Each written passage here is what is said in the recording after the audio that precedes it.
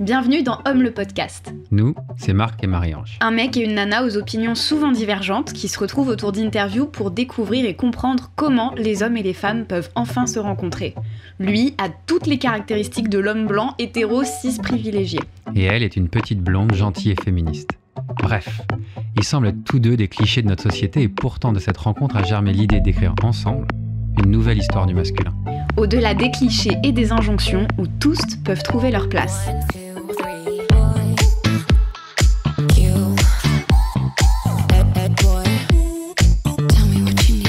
Dans cet épisode, nous accueillons Marc et Marie-Ange. Nous nous accueillons nous-mêmes.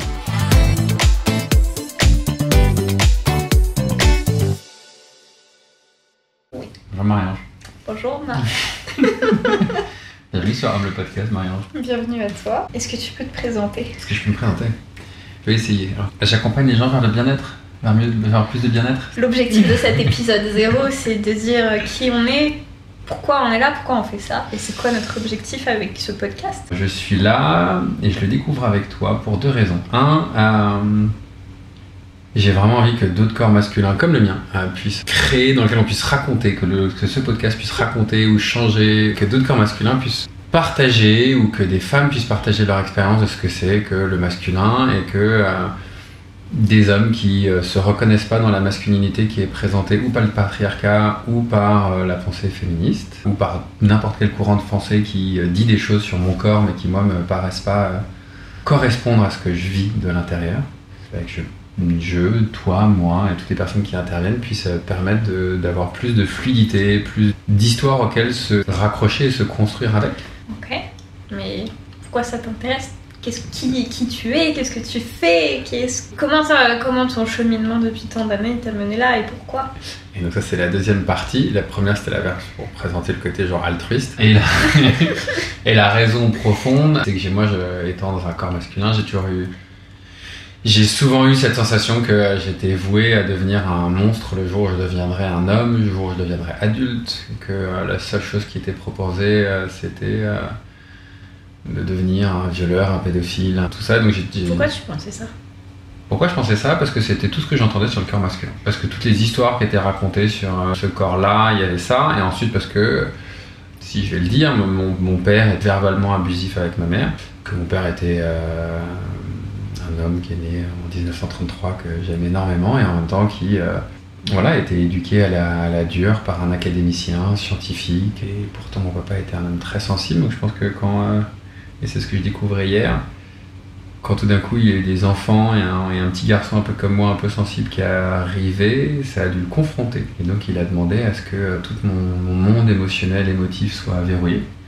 Donc ce que j'oubliais, généralement quand il arrivait à la maison, il criait ta gueule et tout le monde fermait sa gueule. Que quand on était à table, il parlait lui pendant 1 heure, que la phrase qu'il disait souvent c'est « Les enfants parlent quand vient leur tour et leur tour ne vient jamais ».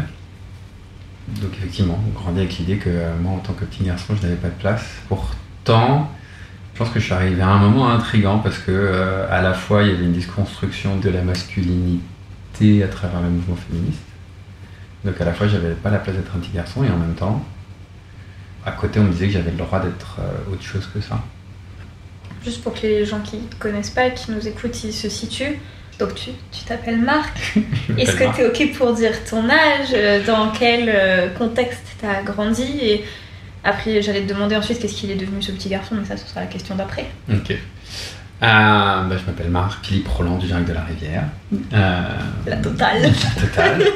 Qui veut dire du chêne de la Rivière en vrai français. J'ai des origines effectivement nobles que j'ai souvent cachées, masquées. Je vais bientôt avoir 39 ans. J'ai grandi à Paris, j'ai exercé plein de métiers. Et aujourd'hui, effectivement, j'accompagne, en tout cas, l'une de mes envies, c'est de continuer à me découvrir et d'aider et d'accompagner les gens à être eux. Et à être eux sans rien avoir à changer. Et donc comment on est passé du petit garçon qui parlait pas à ça que tu fais aujourd'hui, qui est encore flou dans ta façon de le décrire? Quand j'étais 12-13 ans, j'étais très timide et c'est ce que j'évoque. Moi, quand j'avais 12-13 ans, je sais pas, j'ai eu la chance de me connecter ou la malchance de me connecter à l'invention collectif masculin. Et c'est un concept de Jung qui est partagé par d'autres personnes, que tout en gros microcosme, couple, on peut appeler ça, ou un égrégore, voilà. J'ai mon inconscient, t'as ton inconscient, mais il y a notre relation à ce qu'on peut appeler un égrégore. Et plus il y a de personnes, et plus chaque groupe ou chaque entité religieuse, familiale, a un égrégore familial ou un inconscient familial.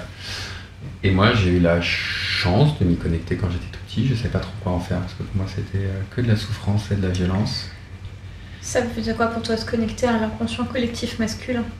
C'est-à-dire que je peux pas te dire, parce que c'était des mots d'un petit garçon qui sentait que derrière tout ce qu'on disait de négatif, de violent, d'agressif, toutes les histoires qui étaient contées, que les hommes étaient responsables en tout cas dans ce que je comprenais, étaient responsables de toute la souffrance sur Terre. Moi, ce que je sentais, c'est que derrière ça, il y avait de la souffrance. Derrière ça, que les hommes étaient tristes, que les hommes étaient malheureux, que les hommes étaient perdus. Sauf que c'était pas du tout ce qui est mis en avant. Et j'ai mis 25 ans ou 26 ans, jusqu'à quasiment 7 semaines, à vraiment pouvoir connecter de nouveau à la beauté qu'il y a derrière tout ça, ou en tout cas la vulnérabilité qu'il y a derrière tout ça. Ok. C'est intéressant parce que, tu vois, moi, de mon point de vue, les histoires d'hommes que j'ai entendues en étant petite, c'est les histoires de tous les grands conquérants à l'école, de tous les personnages historiques qui ont eu des rôles incroyables, où en cours d'histoire on entend parler peut-être à 95% d'hommes. Et dans ma tête, dans mon inconscient à moi, je vais pas dire collectif parce que j'en sais rien, mais les hommes, alors oui, il y a des agresseurs, etc., mais c'est pas du tout la généralité. Et c'est intéressant que toi, en grandissant, tu l'aies perçu comme ça, et que pour toi, un homme adulte, il avait un peu ce synonyme de violence, en fait. C'est intéressant que tu dis, que je fais un lien. Après, on verra ce qu'on fera de tout ça, mais comment le truc, après plutôt qu'on mélangera les interviews. Je pense qu'aussi, j'ai eu la chance, de par mon milieu social et de par du métier de mes deux pères, ma mère s'est remariée, de rencontrer les présidents français, Jacques Chirac, Hollande, je pense que j'ai aussi croisé Sarkozy, de rencontrer une grande partie des patrons du CAC 40. Donc j'ai vu, entre guillemets, dans l'intimité, ces hommes dont tu peux parler. Bon, après, c'est pas Jules César, oui, c'est pas Napoléon, mais c'est l'équivalent actuel d'une forme d'une masculinité ou d'une virilité qui peut être mise en avant. Et j'ai juste vu des hommes. Tu vois, j'ai juste vu des gens, j'ai vu des gens souvent que moi, de mon intériorité, je trouvais seuls, tristes. Enfin, eux le présentent pas, mais moi, derrière, je voyais l'absence de vie, je voyais la déconnexion. Un jour, j'avais une conversation avec un des plus grands patrons, une des plus grandes fortunes de France. Et je fais, quel métier tu fais? Et a priori, on ne lui pose pas la question parce que son nom de famille indique quel métier et ce qu'il fait. Et je lui fais, et c'était cool, t'avais envie de faire ça? Il me fait, non, pas du tout, moi j'ai envie d'être architecte. Enfin, tu vois. Et j'ai toujours été très confronté à, oui, on dit que les hommes sont libres, que les hommes de pouvoir, les trucs, mais sauf que moi, je rencontre un mec qui a une des plus grandes fortunes de France, qui est un des plus grands, peut-être, hommes de pouvoir dans le monde, au vu du métier qu'il fait. Et qui me dit, moi, c'est pas le métier que j'ai fait ça pour faire plaisir à mon papa, j'ai fait ça pour faire plaisir à ma sociale, enfin, tu vois, pour l'aligner. Et il n'y avait pas de liberté. Et donc, c'est vrai que j'étais très vite confronté à. Je les vois dans l'intimité, ces hommes. Je constate certains, en tout cas mon père et mon beau-père à d'autres égards, avec des humeurs, des tempéraments très agressifs et fermés. Donc j'avais peur de devenir comme eux. Et que je voyais rien de chouette à être un homme masculin, et encore plus un homme masculin avec de l'argent, parce que tout ce que je voyais, c'était du vide. Derrière l'argent, du vide derrière le pouvoir. Donc j'ai peut-être eu cette chance d'avoir eu tellement tous les privilèges et de voir qu'en fait il n'y avait rien. C'était creux. Et en fait, de par un concours de circonstances, toutes ces figures-là, c'est des hommes, donc tu as associé ça à la masculinité. J'ai associé ça à la masculinité. Oui, parce qu'effectivement, à l'époque, faire la distinction entre un corps masculin, un homme, et le masculin, c'était des trucs qui n'existaient pas. Je vais penser à un humoriste que j'aime beaucoup qui s'appelle Ricky Gervais, qui se moque un peu et qui dit comment on aurait pu savoir il y a 30 ans que dire qu'une personne avec un vagin est une femme pouvait être une insulte. Enfin, tu vois, il y avait un truc où que dire que quelqu'un qui a un sexe masculin, il y a un truc où aujourd'hui ça peut être choquant de dire il a un sexe, il a un pénis, c'est un homme. Ça peut être une insulte. Il y a 30 ans, ça n'existait même pas dans le champ de conscience, ça n'était même pas là. Donc, toi, quelque part, tu t'es construit sur ces idées-là, qu'être un homme, et en plus un homme privilégié en termes de société, finalement, c'était plus de la souffrance qu'autre chose. Ouais. Et clairement, voilà, après ça part de mon histoire, et c'est d'où cette envie de tout ça, on me renvoyait que la vie devait être facile parce que j'ai toujours du mal à le dire, mais parce que j'avais de l'argent, parce que je suis censé être beau selon certains standards, que je suis censé être blanc, je suis censé être hétéro, je suis censé être cisgenre, ce qui n'est plus le cas en tout cas sur la majorité. Enfin, je suis toujours à peu près blanc, mais je suis plus très hétéro ni plus très cisgenre. Et qu'on m'a toujours renvoyé en me disant ah ça doit être facile pour toi. Et sauf que moi de l'intérieur, tu commences à le voir, il y a beaucoup de peur, beaucoup d'angoisse, beaucoup de tristesse, beaucoup de dépression, beaucoup de doutes, beaucoup. Il y a eu une vraie souffrance à pas correspondre. Enfin, je me suis toujours senti plus proche quand une femme féministe parlait de son ressenti ou son statut de victime ou de truc. Moi j'étais de sa manière dont elle appréhendait le quotidien. Moi je me suis toujours senti plus proche de ça. Alors que mon corps me disait que j'étais le bourreau. Ouais, donc en fait, ta condition fait que théoriquement, t'es une personne extrêmement libre, mais toutes les contraintes qui vont avec font qu'en fait, pas du tout. Ouais. Ok. C'est un très bon résumé, ce qui fait que c'est aussi pour ça une des raisons que j'ai envie de dire que c'est pas parce que t'as en apparence tous les privilèges et toutes les libertés et tous les trucs que t'es libre de l'intérieur. Et c'est un truc que là, je continue de défendre de plus en plus. Je pense que les femmes ont plus de liberté d'être et les hommes ont plus de liberté d'action, mais même si les deux vont ensemble.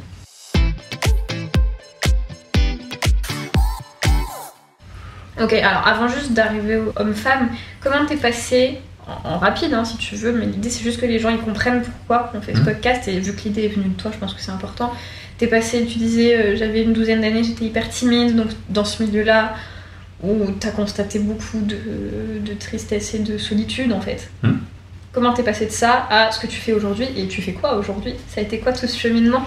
Alors, je jouais vachement aux jeux vidéo quand j'avais l'adolescence, j'ai pas chopé une meuf, j'étais timide, je priais dans les avions que peut-être si l'avion crash, je te disais peut-être que je serais à côté d'une meuf, je pourrais lui faire écoute, je suis encore puceau, franchement il faut que je fasse l'amour, j'en peux plus, est-ce que tu veux pas me sauver?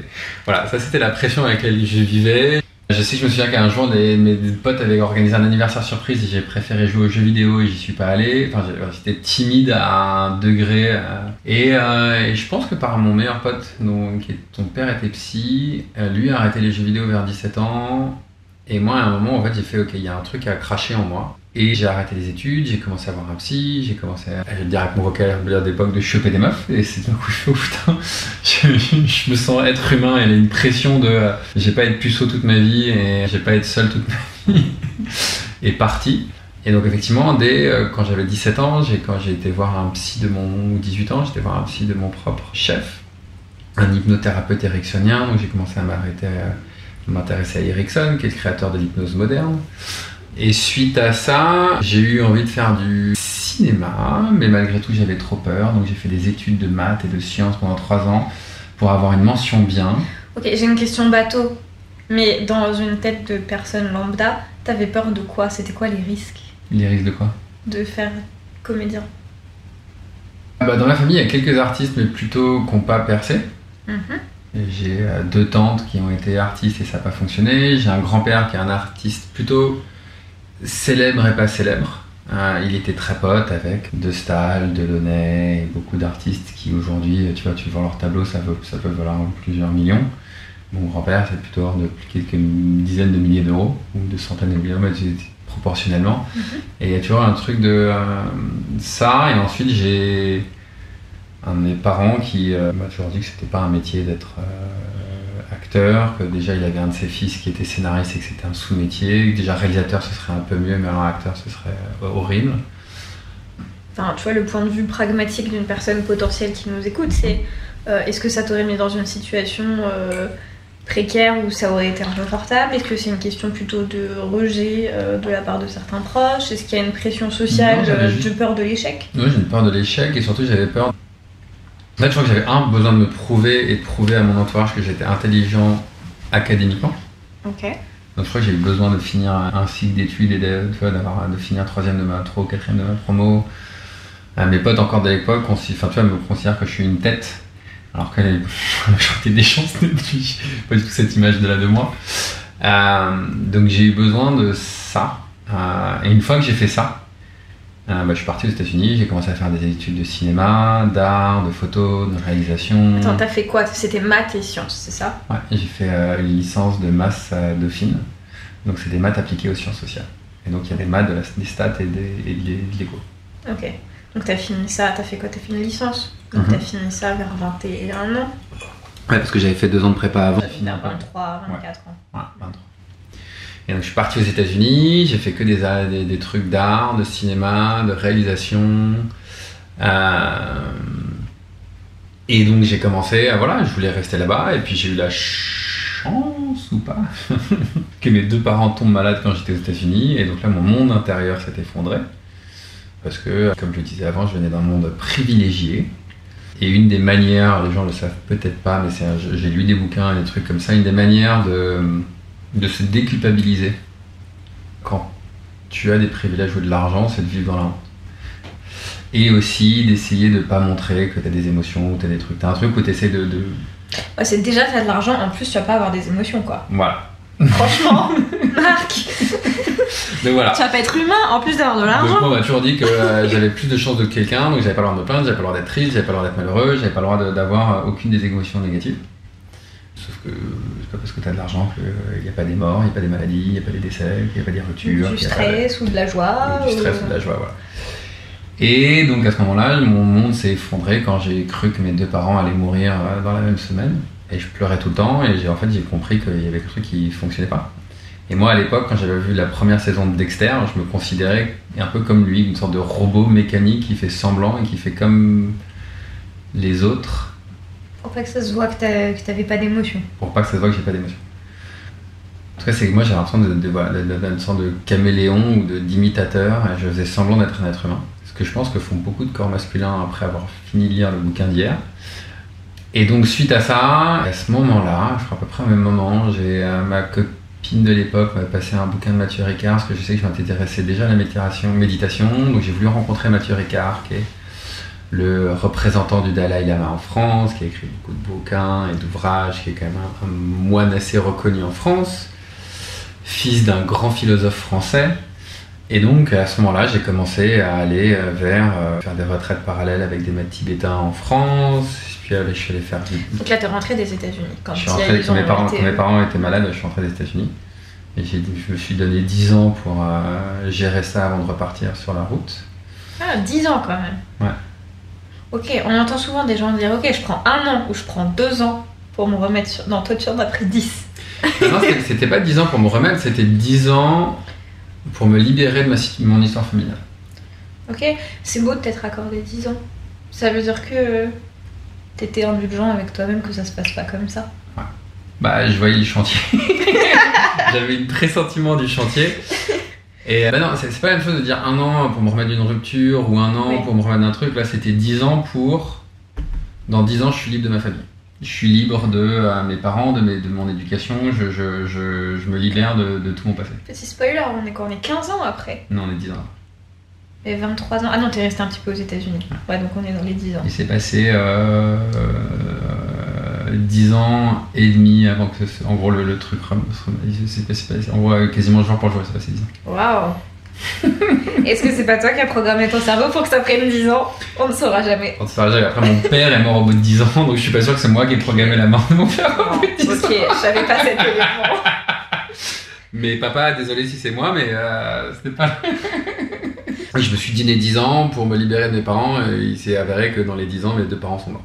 Qui est une bénédiction et une difficulté parfois, mais aujourd'hui pour moi c'est plus une bénédiction, même le jour où mes 2 parents sont tombés malades, parce que ça m'a permis que tout mon monde intérieur s'effondre, ça m'a permis d'aller chercher des réponses à l'extérieur, comme j'avais grandi un peu dans les religions chrétiennes, judaïques et musulmanes, j'ai été dans une autre religion pour trouver des solutions, donc dans la religion bouddhiste. Et donc j'ai suivi ce chemin où je voyais un psy, j'ai vu plusieurs psys, j'ai été faire des retraites chez les Tibétains, ensuite j'ai fait une dizaine de retraites Vipassana, qui sont donc ces retraites de 10 jours en silence. Et à côté, je lisais beaucoup de bouquins de développement personnel, j'expérimentais aussi le métier de comédien, qui est quand même un métier très introspectif où tu apprends à te regarder, à savoir comment fonctionnent tes émotions. Donc t'es revenu à ton idée de comédien. Et donc, mon idée de comédien, elle était là quand j'avais 5 ans, je voulais faire de l'humour.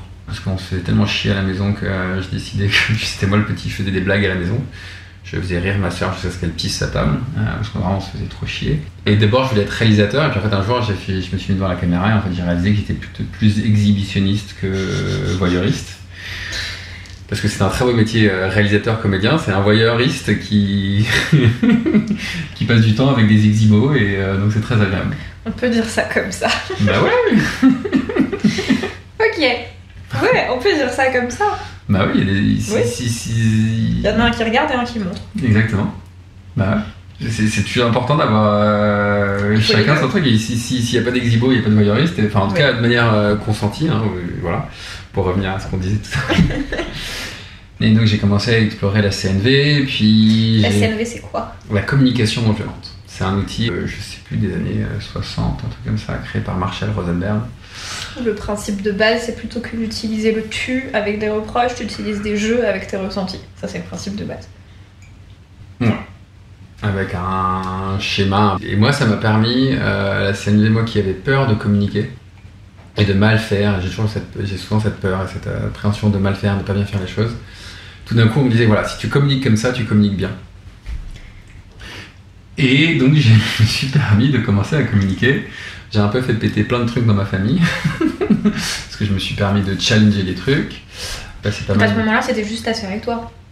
T'as fait où il y avait encore tes parents? Non, il y avait déjà un peu. Ma maman était plus trop là, mais avec ma sœur, avec mes tantes, avec mon beau-père, avec mes proches.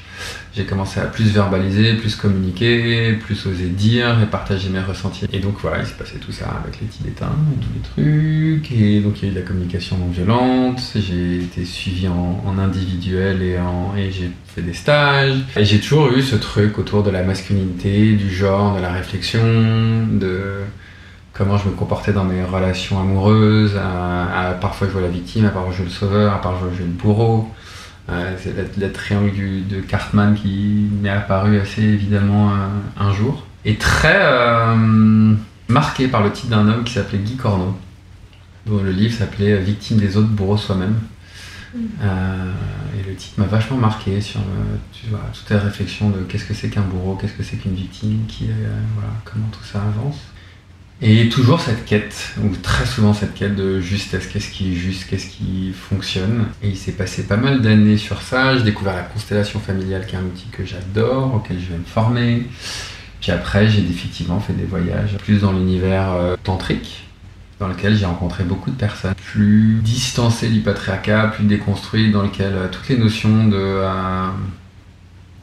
masculin et féminin avaient beaucoup disparu, ou en tout cas étaient appréhendées étaient très différentes. Dans un espace dans lequel il y a très peu de colère envers les hommes, dans lequel le masculin et le féminin peuvent être appréciés, dans lequel, moi c'est des espaces où c'est assez agréable parce que je rencontre beaucoup de corps féminins qui reprennent aussi leur responsabilité de on n'a pas su poser des limites, on n'a pas su...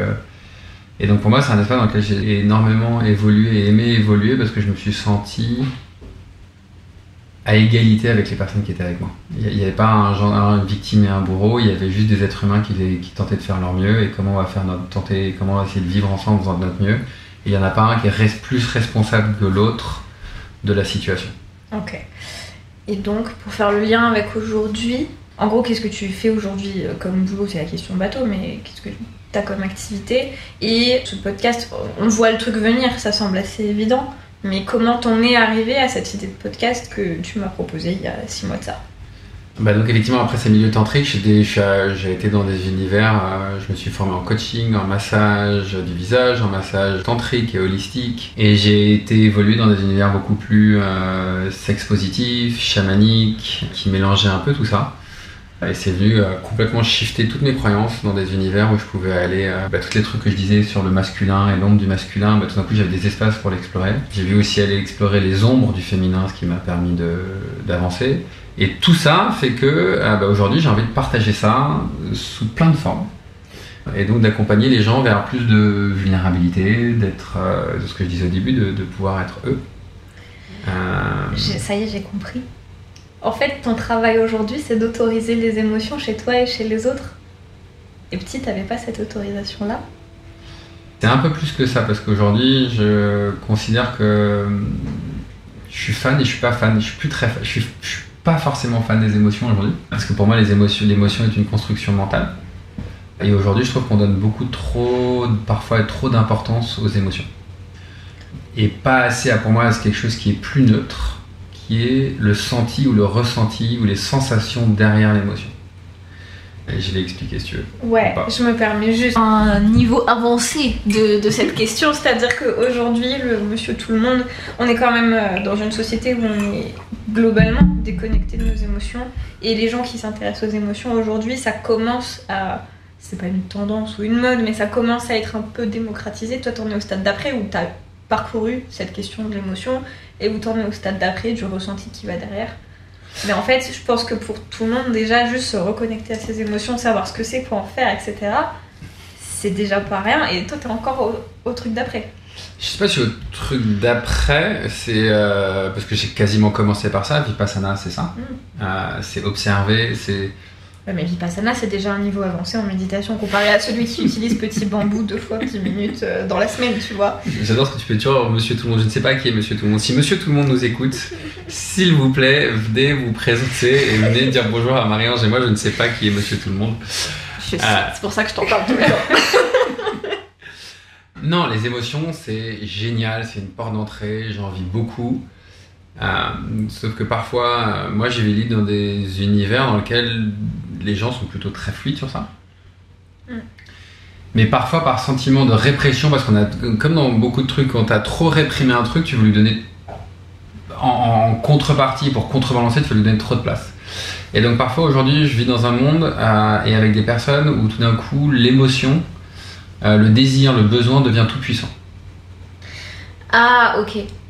Et moi, j'essaie de juste dire, ok, c'est pas parce que tu as ce ressenti, c'est pas parce que tu as cette émotion ou ce besoin que moi, je dois m'aliéner pour faire de la place à ton émotion. Je peux l'accueillir, je peux l'entendre, mais je vais pas aliéner ce que je ressens à l'intérieur pour dire... Oui, mais en fait, pour moi, quand on en arrive à là, c'est qu'on n'a toujours pas...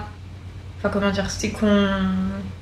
On sait pas encore gérer ses émotions, on sait les reconnaître, on sait les identifier, les exprimer, mais on sait pas encore vivre avec de façon sereine. Si toi t'es gouverné par tes émotions et que ton entourage doit aussi s'adapter à tes émotions en permanence. Oui, mais pour moi aujourd'hui il y a un discours et c'est des personnes qui, tu les verras, c'est des personnes qui enseignent, qui transmettent, qui peuvent être coach, mais il y a tellement cette incitation au monde émotionnel que parfois ça manque un peu de recul de... Il y a une différence de dire j'ai besoin d'un verre d'eau et dire j'ai besoin d'un verre d'eau et là il faut que tu me donnes un verre d'eau parce que intérieurement je ressens cette émotion, je suis bouleversé que tu te sois versé un verre d'eau et pas à moi et non en fait oui, tout va bien.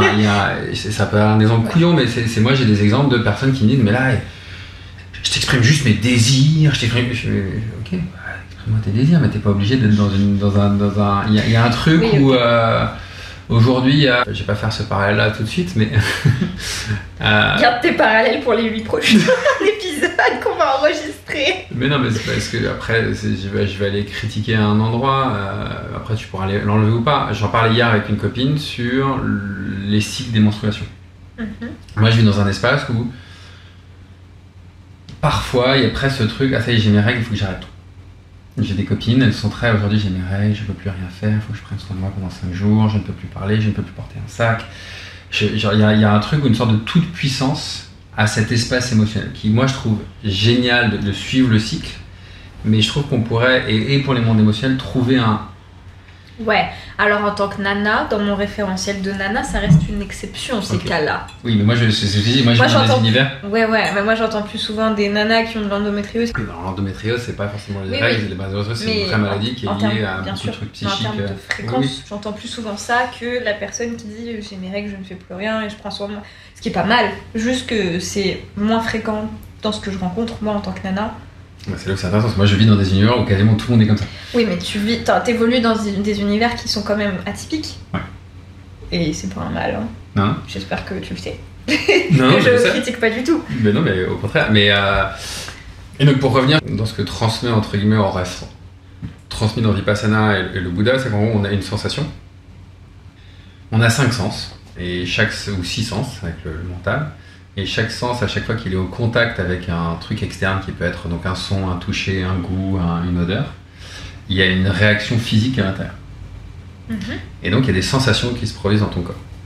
Et l'être humain, depuis qu'on est petit, et c'est un des biais qu'on a, dès qu'on a une sensation, on dit, les sensations vont être agréables ou désagréables. Et l'être humain, au lieu de s'arrêter à juste, ok, je ressens une sensation agréable, on dit, elle est bien, elle est mal. Et on n'en veut plus, on en veut moins. Et généralement, sur ces sensations, on va mettre une émotion. Quand t'es petit, que tu pleures, tu fais t'es triste. Ou t'es contrarié. Et donc, effectivement, l'émotion est une.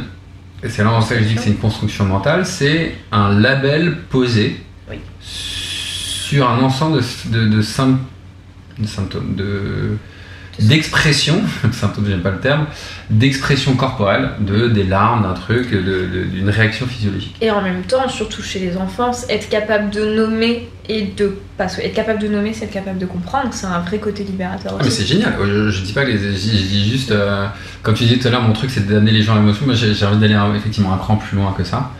Et donc aujourd'hui, dans ton travail, il y a une part de ça. Donc j'essaie de raccrocher les wagons. Dans mon part de travail, de distinguer, effectivement, comme plein de trucs, comme un adolescent, il faut lui laisser construire son ego.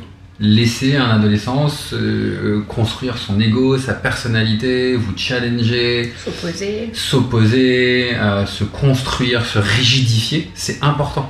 Et plus tard, quand il aura 25 ans, ou 26 ans, ou 30 ans, à ce moment-là, retravailler l'ego ou revoir avec plaisir. Mais effectivement, cette phase de construction.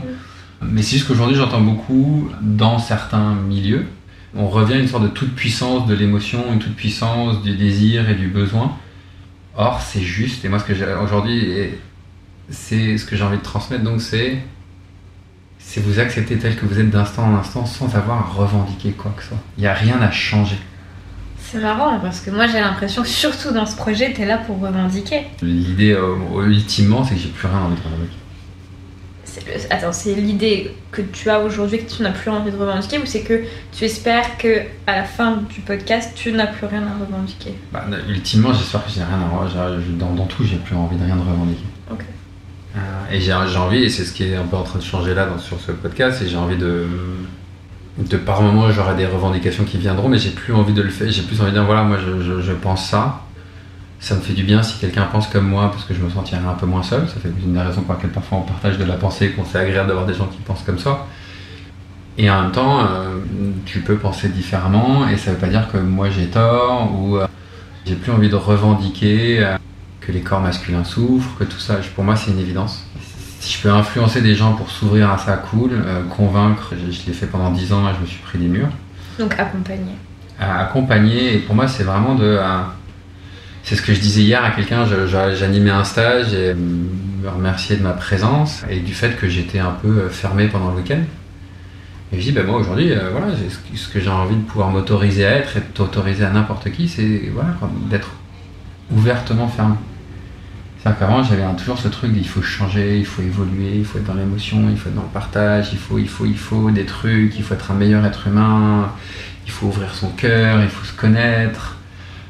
Pour moi, le seul truc aujourd'hui, peut-être le seul il faut que je garderai, qui n'est pas un il faut, c'est si tu veux vivre avec d'autres gens et si je veux vivre avec d'autres gens, c'est juste le communiquer, être explicite dessus. Okay. Est-ce qu'on peut dire aujourd'hui que tu es coach? Est-ce que tu es formé en coaching?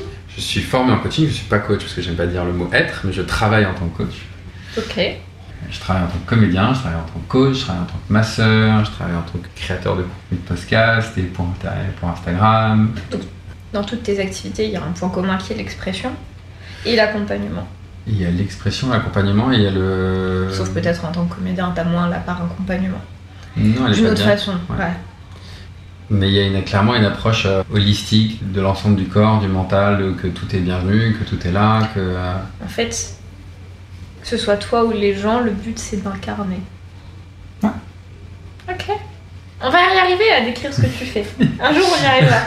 Incarner, c'est s'incarner et s'incarner tel que t'es. En tout cas pour moi, il y a clairement ce truc de m'autoriser à être tel que je suis d'instant en instant sans juger. Et juste par rapport à... Et en plus, c'est juste j'aime pas juste, mais je le dis partout. Et en plus de le communiquer.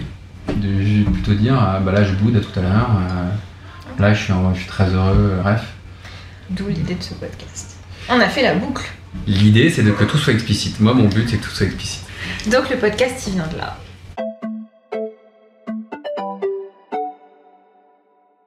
Le podcast, il vient... Il y a une part de moi, du jeune chevalier servant, qui veut dire que les hommes sont pas mauvais. Qu'au-delà de ça, les corps masculins sont juste des hommes et qu'il n'y a pas de gentils, il n'y a pas de méchants. Mais même là, tu vois, ça gratte, j'y crois pas encore. Il y a l'intention aussi qu'aujourd'hui, j'ai l'impression qu'en français, quand je dis les mots homme, masculin, patriarcat, ou tous les trucs liés au masculin, c'est négatif. Ah, alors pour moi, patriarcat, c'est autre chose. Parce que patriarcat, c'est un modèle sociétal, alors que homme et masculin, ça ne l'est pas. Ouais, mais c'est compliqué à truc, mais tu vois, démocratie, dictature, monarchie, c'est juste des systèmes en fonction de comment ils sont utilisés, ils sont bien ou mal. Et pour moi, le patriarcat, en soi, en tant que concept, c'est ni bien ni mal. Ouais, il y a quand même certains systèmes, concepts, qui font, en termes de nombre, plus de bien ou plus de mal aux gens. Leur utilisation, oui. En tout cas, historiquement, on sait que la démocratie fait moins de mal aux gens qu'une monarchie ou qu'une dictature. Surtout qu'une dictature. D'un point de vue historique. En termes de nombre de personnes, je dis pas que c'est une généralité, mais je dis en termes de nombre de personnes, à l'échelle d'une population, une démocratie est sûrement plus facile à vivre qu'une dictature. J'ai eu mal à dire oui. Ok. J'entends aussi que quand t'es en dictature, tu te poses moins de questions parce que tu fais ce qu'il faut faire. Donc c'est moins inconfortable, mais c'est pas pour autant que c'est plus... Ouais, je sais plus qui disait que si la Chine était une démocratie, et que ce serait impossible à gérer. Que gérer, tu vois, oui, déjà qu'on est 60 millions de Français et que c'est compliqué de se réunir et de se fédérer autour de quelque chose, si t'es 20 fois plus, donc comment tu gères un pays qui fait 1,3 milliard de personnes? Oui, mais à l'échelle individuelle, est-ce que le peuple chinois serait pas plus heureux d'avoir plus de droits? Sûrement. Et de liberté? Sûrement, je dis juste que je le place en tant que... pensée et concept que le patriarcat, dans la manière dont il est transmis et vécu aujourd'hui, n'est pas propice à l'émancipation, mais c'est pas mal en soi. Oui, c'est pas mal en soi. C'est juste, et après on aura tout un épisode qui a priori sera, j'espère, le premier épisode, qui sera autour du patriarcat et en quoi je pense que il est là et qu'il continue d'être là pour une raison. Ok. Nécessaire, je sais pas, mais en tout cas pour une raison. Après, moi, j'ai envie de te questionner sur toi, ton système de pensée et de valeurs, dans ton épisode à toi, sur tes points de vue. Là, t'expliques ton pourquoi, mais j'ai envie de te poser des questions plus challengeantes que ça. Ouh. On a fait le tour de la présentation de pourquoi j'aimerais faire tout ça. Oui, et toi? Ça, c'est de la question. Ça fait 1 heure qu'il parle, et toi? Alors, faut savoir que je ne sais pas poser des questions. Je vais formuler autrement. Je suis là pour ça en fait. Pendant très longtemps, j'ai cru que je ne savais pas poser des questions. Et souvent, je rigolais avec mes partenaires en disant, elle me disait, tu peux toujours dire et toi? Et donc j'ai appris à... C'est bien, tu l'as super bien dit. Et toi? Et toi alors, Marie-Ange, qui es-tu?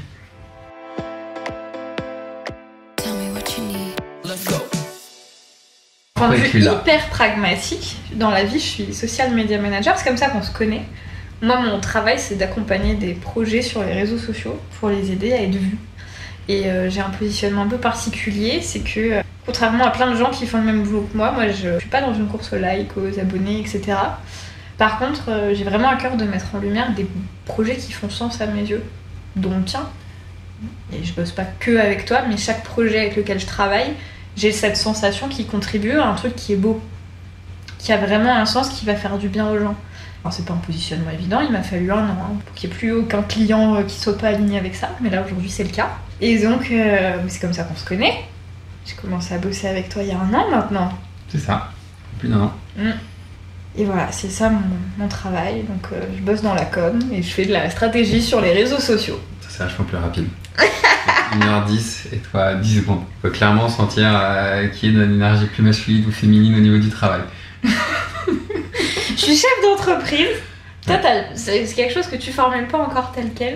Non. Moi, je crois que j'ai plus peur de dire que je suis chef d'entreprise. Bon, je suis chef de moi parce que j'ai pas d'employé, mais c'est déjà bien. Non, c'est vrai que un jour j'oserai, peut-être. Quand il y aura de l'argent qui rentrera plus, peut-être que je te dirai que je suis chef d'entreprise. Ouais, je pense aussi qu'il y a une question de rentabilité, profit, etc. pour se projeter dans la posture de chef d'entreprise. Oui. Et donc, qu'est-ce qu'il y avait de beau dans ce projet qui t'a fait venir pour reprendre ta formulation? Ah, bonne question. Non, mais enfin, pour moi, la question des inégalités, c'est un truc où depuis gamine, ça m'anime. Tu vois, quand j'avais. Donc, en grandissant, j'ai fait beaucoup de musique. Mes deux parents sont musiciens et j'ai grandi dans ce milieu-là. Et j'ai fait de la musique, de la danse, un peu de théâtre, des trucs comme ça. Et quand j'avais 14 ans, avec mon meilleur ami, on a écrit, monté, mis en scène et joué, rien que ça, un spectacle de deux personnes de 14 ans, hein, ça vaut ce que ça vaut. Mais ça s'appelait Et mon avenir alors, et on traitait d'écologie, de violence intrafamiliale, d'égalité homme-femme, d'éducation, et genre tous les sujets qui nous saoulaient, on a tout mis là-dedans. Et donc tu vois, le podcast, c'est un peu la continuité de ça, tu vois. On était une troupe de 7, on a dirigé les 7, on a mis en scène ça, et l'air de rien, je pense que, enfin, on a pris ça un peu au jeu, et c'était que du plaisir de faire ce projet-là. Mais je pense que c'est assez fondateur de l'engagement, genre on a des choses à dire, et on y va. Cool. Ouais. Bah toujours quoi. Je sais qu'avec ma sœur on parle beaucoup, on est l'une comme l'autre très investies et on se sent très concernés par la question du féminisme. Et je sais que là-dessus, toi, c'est... Pour moi, un podcast sur le masculin, c'est un projet féministe. Et c'est aussi pour ça que j'ai répondu présent. Parce que... Non mais c'est vrai, il peut pas y avoir le féminisme par définition, c'est juste la quête de l'égalité. Ce qui veut pas dire qu'on doit tous avoir et faire pareil, ce qui veut juste dire qu'on doit avoir les mêmes choix et que l'argument oui mais t'es une femme, ça devrait pas exister. C'est quoi l'argument oui mais t'es une femme? Par exemple, tu veux faire ça, ouais mais t'es une femme, c'est pas possible, ça devrait pas exister. Sauf raison purement biologique, tu vois. Mais sinon, on devrait avoir une égalité des choix, des opportunités, etc. Et donc, tant qu'on se questionne pas sur la place du masculin, on pourra dire ouais, nous les nanas on veut les mêmes droits que les mecs, tant qu'on se questionne pas sur ok, c'est quoi le droit des mecs, qu'est-ce qu'on en fait, comment on fait évoluer ça, et bah pour moi on ne pourra pas y arriver. Ouais, après pour moi il y a deux choses, il y a les droits des mecs et qu'est-ce que c'est que le fantasme d'être un homme ou un mec, qui sont deux choses différentes. C'est différent mais l'un découle de l'autre. Peut-être. La place du mec et les droits des hommes et quelle place ils ont dans cette société, ça découle carrément des fantasmes et de ce qu'on imagine de ce que c'est un homme. Ouais, mais c'est tout le truc dont j'avais envie de parler, c'est dans quelle capacité sont-ils vraiment libres dans Bien sûr. Dans cet univers de droit. Mais à mon sens, c'est en questionnant tout ça qu'on pourra attendre à une égalité. Ouais. Et donc toi, là, ce que tu as envie effectivement, c'est d'aller décortiquer et de voir... C'est ça, c'est un sujet, je pense que je suis un peu moins animée que toi. Toi, je sens que c'est un projet qui vient des tripes, tu vois. Et moi, c'est un projet où ça fait complètement sens avec ce que je fais depuis des années et le sens que je veux donner aussi à mon travail. Mais pour moi, d'une façon générale, ça s'inscrit dans mes lignes de conduite que j'ai envie d'avoir, tu vois. J'ai une conscience écologique que j'essaye d'affiner. J'ai envie j'aime pas les inégalités, que ce soit pour les enfants, les femmes, ou peu importe qui en fait, qui pourrait être discriminé. J'ai pas envie de ça, et donc c'est aussi une façon de contribuer, je pense. Un des trucs après moi sur ça, et après je peux comprendre, c'est je pense que j'ai parfois j'ai la sensation sur certains sujets de prendre une position aussi limitée que je trouve que une certaine forme de pensée féministe se limite. Donc quand j'entends beaucoup de ça me dire moi je me retrouve pas dans le mot fraternité parce que c'est un mot que masculin. C'est un mot que masculin. Moi j'ai beaucoup de mal, à l'instar, à me dire que la chose qui va aller vers l'égalité des deux sexes s'appelle féminisme. Ok. Alors. Donc pour moi j'ai toujours un truc de moi je suis pour si tu me dis que je suis equalitarian et pas l'égalité, parce que moi je suis pas pour l'égalité. Humanitariste quoi. Non, je suis pour l'équité. Comme nous ne croyons pas en l'égalité. Ou très peu. Je pense que féminisme aujourd'hui, mais enfin, c'est une étiquette qui est controversée. Hein. Il y a plein de gens qui critiquent le terme en disant exactement ce que tu dis. Mais je pense qu'aujourd'hui, on est dans un besoin de changement qui est plus important qu'un besoin théorique de placer le bon mot. Et en fait, ça fait tellement d'années maintenant que le mot féminisme est utilisé qu'on sait ce que ça veut dire. Il est associé à la cause. Et est-ce que toute cette énergie qu'on mettrait à changer ce vocabulaire, elle n'est pas plus intéressante d'être mise ailleurs dans des changements concrets qui feraient du bien? Ouais, mais parfois j'entends tellement de... Tu vois, c'est là où je deviens très con, ou pas très con, je me sens... tout d'un coup dire mon truc, on m'a tellement... Et c'est marrant, c'est vraiment des mécanismes qu'il y a entre les femmes et entre les hommes de... j'ai subi ça, donc je vais vous faire subir ça. Et le féminisme, c'est pas une revanche. C'est une quête de l'égalité. Il s'agit pas de se venger. Pas toujours. Alors, malheureusement, il y a des dérives, mais dans l'idée de base, c'est pas ça. Mais je pense qu'à l'instar que quand tu pouvais me demander, ou on pouvait en parler hier, que derrière moi, dans ce truc, il y a une volonté, il y a une colère qui vient à la base, je pense que dans pas mal de mouvements, même s'il y a une volonté de truc, au départ, à un certain endroit, il peut y avoir de la colère et de la revanche. Carrément. Il y a plein de gens, surtout dans tout ce qui est militant, qui sont drivés par de la colère. Oui, et ce qui est une bonne énergie de base, mais qui... sauf que moi je la ressens, et souvent, et je finissais ce bouquin, il y a beaucoup de femmes ou de féministes qui ne sont pas intéressées par savoir ce que c'est qu'un homme, tout en voulant que les hommes changent. Qui ne sont pas intéressés par savoir qu'est-ce que c'est que le monde émotionnel d'un homme, la souffrance d'un homme. Moi j'en parlais encore avec une copine, on en rigolait, c'est une de mes copines les plus féministes, et le début de relation amoureuse, et la première fois elle m'a vu chialer, elle était genre mais je veux pas ça, c'est moche, c'est dégueulasse, qu'est-ce que c'est que cette horreur, et pourtant elle était... Je veux un mec ouvert, émotionnel. Et à la seconde où elle m'a vu chialer, ça a été mais c'est quoi cet enfer ? Parce qu'il y a le décalage entre ce que tu as théorisé et les années de conditionnement avec lesquelles tu as été éduqué dans toutes les représentations. Bien sûr, mais c'est là où moi j'ai envie de critiquer à certains endroits, et c'est pour ça que c'est intéressant ce que toi tu viens de truc. Moi j'ai envie de critiquer à certains endroits des formes de pensée. Alors je vais le formuler autrement. Ouais, j'aimerais, ma réponse. J'aimerais avoir et dialoguer sur ce sujet-là avec des personnes qui ont plus de transparence, j'ai pas envie de dire honnêteté, mais de transparence entre leurs aspirations et où est-ce qu'elles en sont et où est-ce qu'ils en sont. Et apparemment, je suis fatigué d'avoir des discours très... alors que derrière, moi en tant que corps masculin, je peux sentir la colère, je peux sentir l'agressivité, je peux sentir le décalage, je peux sentir le... Je vais pas la citer, mais j'ai écouté beaucoup de podcasts féministes. Et je peux dire que certaines n'aiment pas les hommes, et tout en disant mais moi je les adore, mais je peux te dire qu'à un endroit, je sens la colère, je sens le truc. Comme un jour, j'avais entendu un podcast américain que j'aime beaucoup qui disait un homme racisé ou une personne racisée peut te dire, même si l'autre te dit moi j'adore les noirs, j'adore les arabes, il te dit lui il est raciste. Parce qu'à un endroit, tu sens quand l'autre tient un discours décalé. Ouais, mais pour moi, se focaliser là-dessus, c'est se focaliser sur l'arbre qui cache la forêt. C'est se focaliser sur... en gros, cette personne, elle exprime un idéal vers lequel elle veut tendre, mais elle n'y est pas encore. Et si toi, tu te focalises sur le fait qu'elle n'y est pas encore et que donc il y a une dissonance, tu te focalises pas sur le vrai truc qui est intéressant au bout, c'est de tendre vers cet idéal-là qui est quand même plus intéressant que la colère qui n'est pas encore digérée, ou que le rejet qui n'est pas encore calmé, tu vois. Et pour moi, c'est se concentrer sur... C'est comme si tu rentres dans la forêt, puis tu tombes sur le premier, le deuxième ou le troisième arbre, tu sais. Et tu bloques là-dessus parce que tu te dis, ouais, mais moi, on m'avait vendu une belle forêt, mais peut-être qu'il faut passer des arbres un peu durs avant d'arriver à la belle forêt. C'est marrant parce que moi, je vois complètement l'inverse. C'est marrant que tu me permettes de voir complètement l'inverse sur ça. Je m'en fous du futur. À un endroit, je m'en fous. Moi, ce que j'ai envie, c'est de rencontrer des gens maintenant et d'être en relation avec des gens aujourd'hui. Et que si ça commence pas par se parler et se rencontrer et se dire les choses et oser se rencontrer, il n'y a rien qui changera.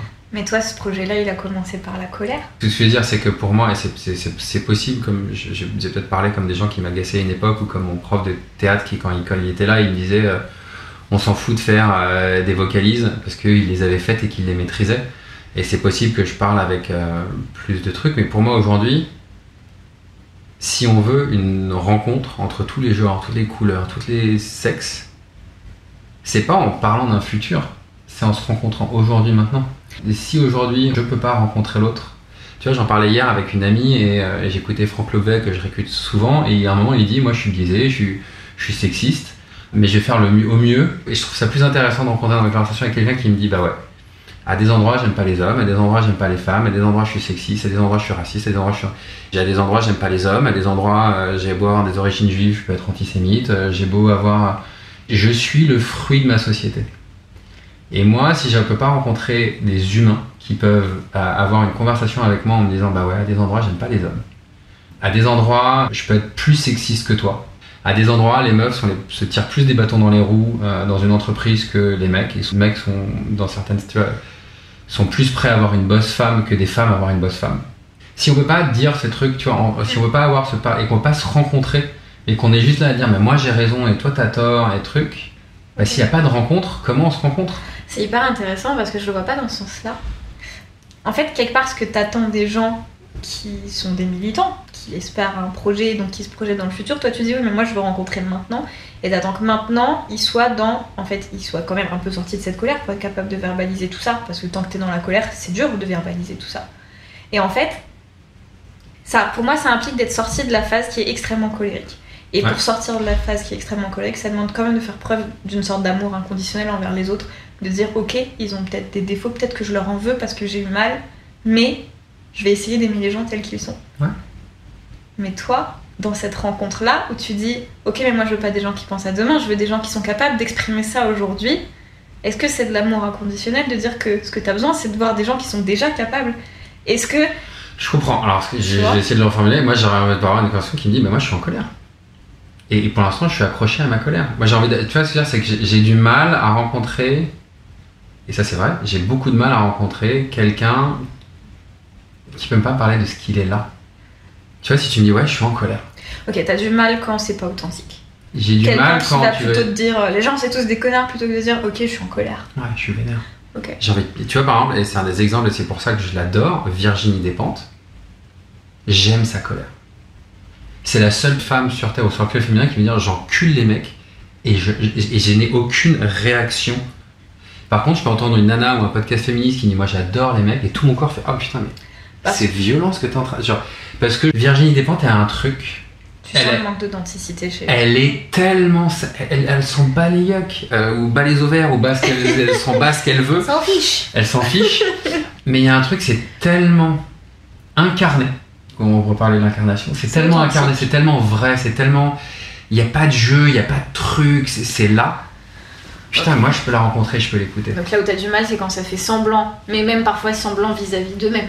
Ouais, mais tu vois, par exemple, j'écoutais un podcast d'un des invités qu'on va avoir, et une femme disait, ah ouais, je suis vénère contre les mecs et ça, et puis 5 minutes après elle dit, ah ouais, moi encore, je peux avoir des pensées sexistes, ou quand je vois, et je dis, putain, mais est-ce que tu peux avoir la même douceur et la même bienveillance avec...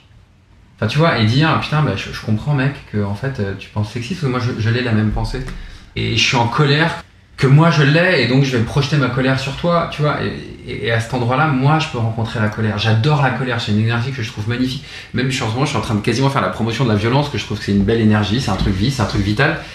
Sauf que j'arrive pas à rencontrer, tu vois, si je peux pas rencontrer la personne maintenant, et qu'on est en train de me vendre, moi je suis une vraie féministe, ou moi je suis une vraie humaniste, mais que je sens que derrière, il y a de la haine des garçons, des hommes, des trucs, ou des gens sais rien, bah je peux pas te rencontrer.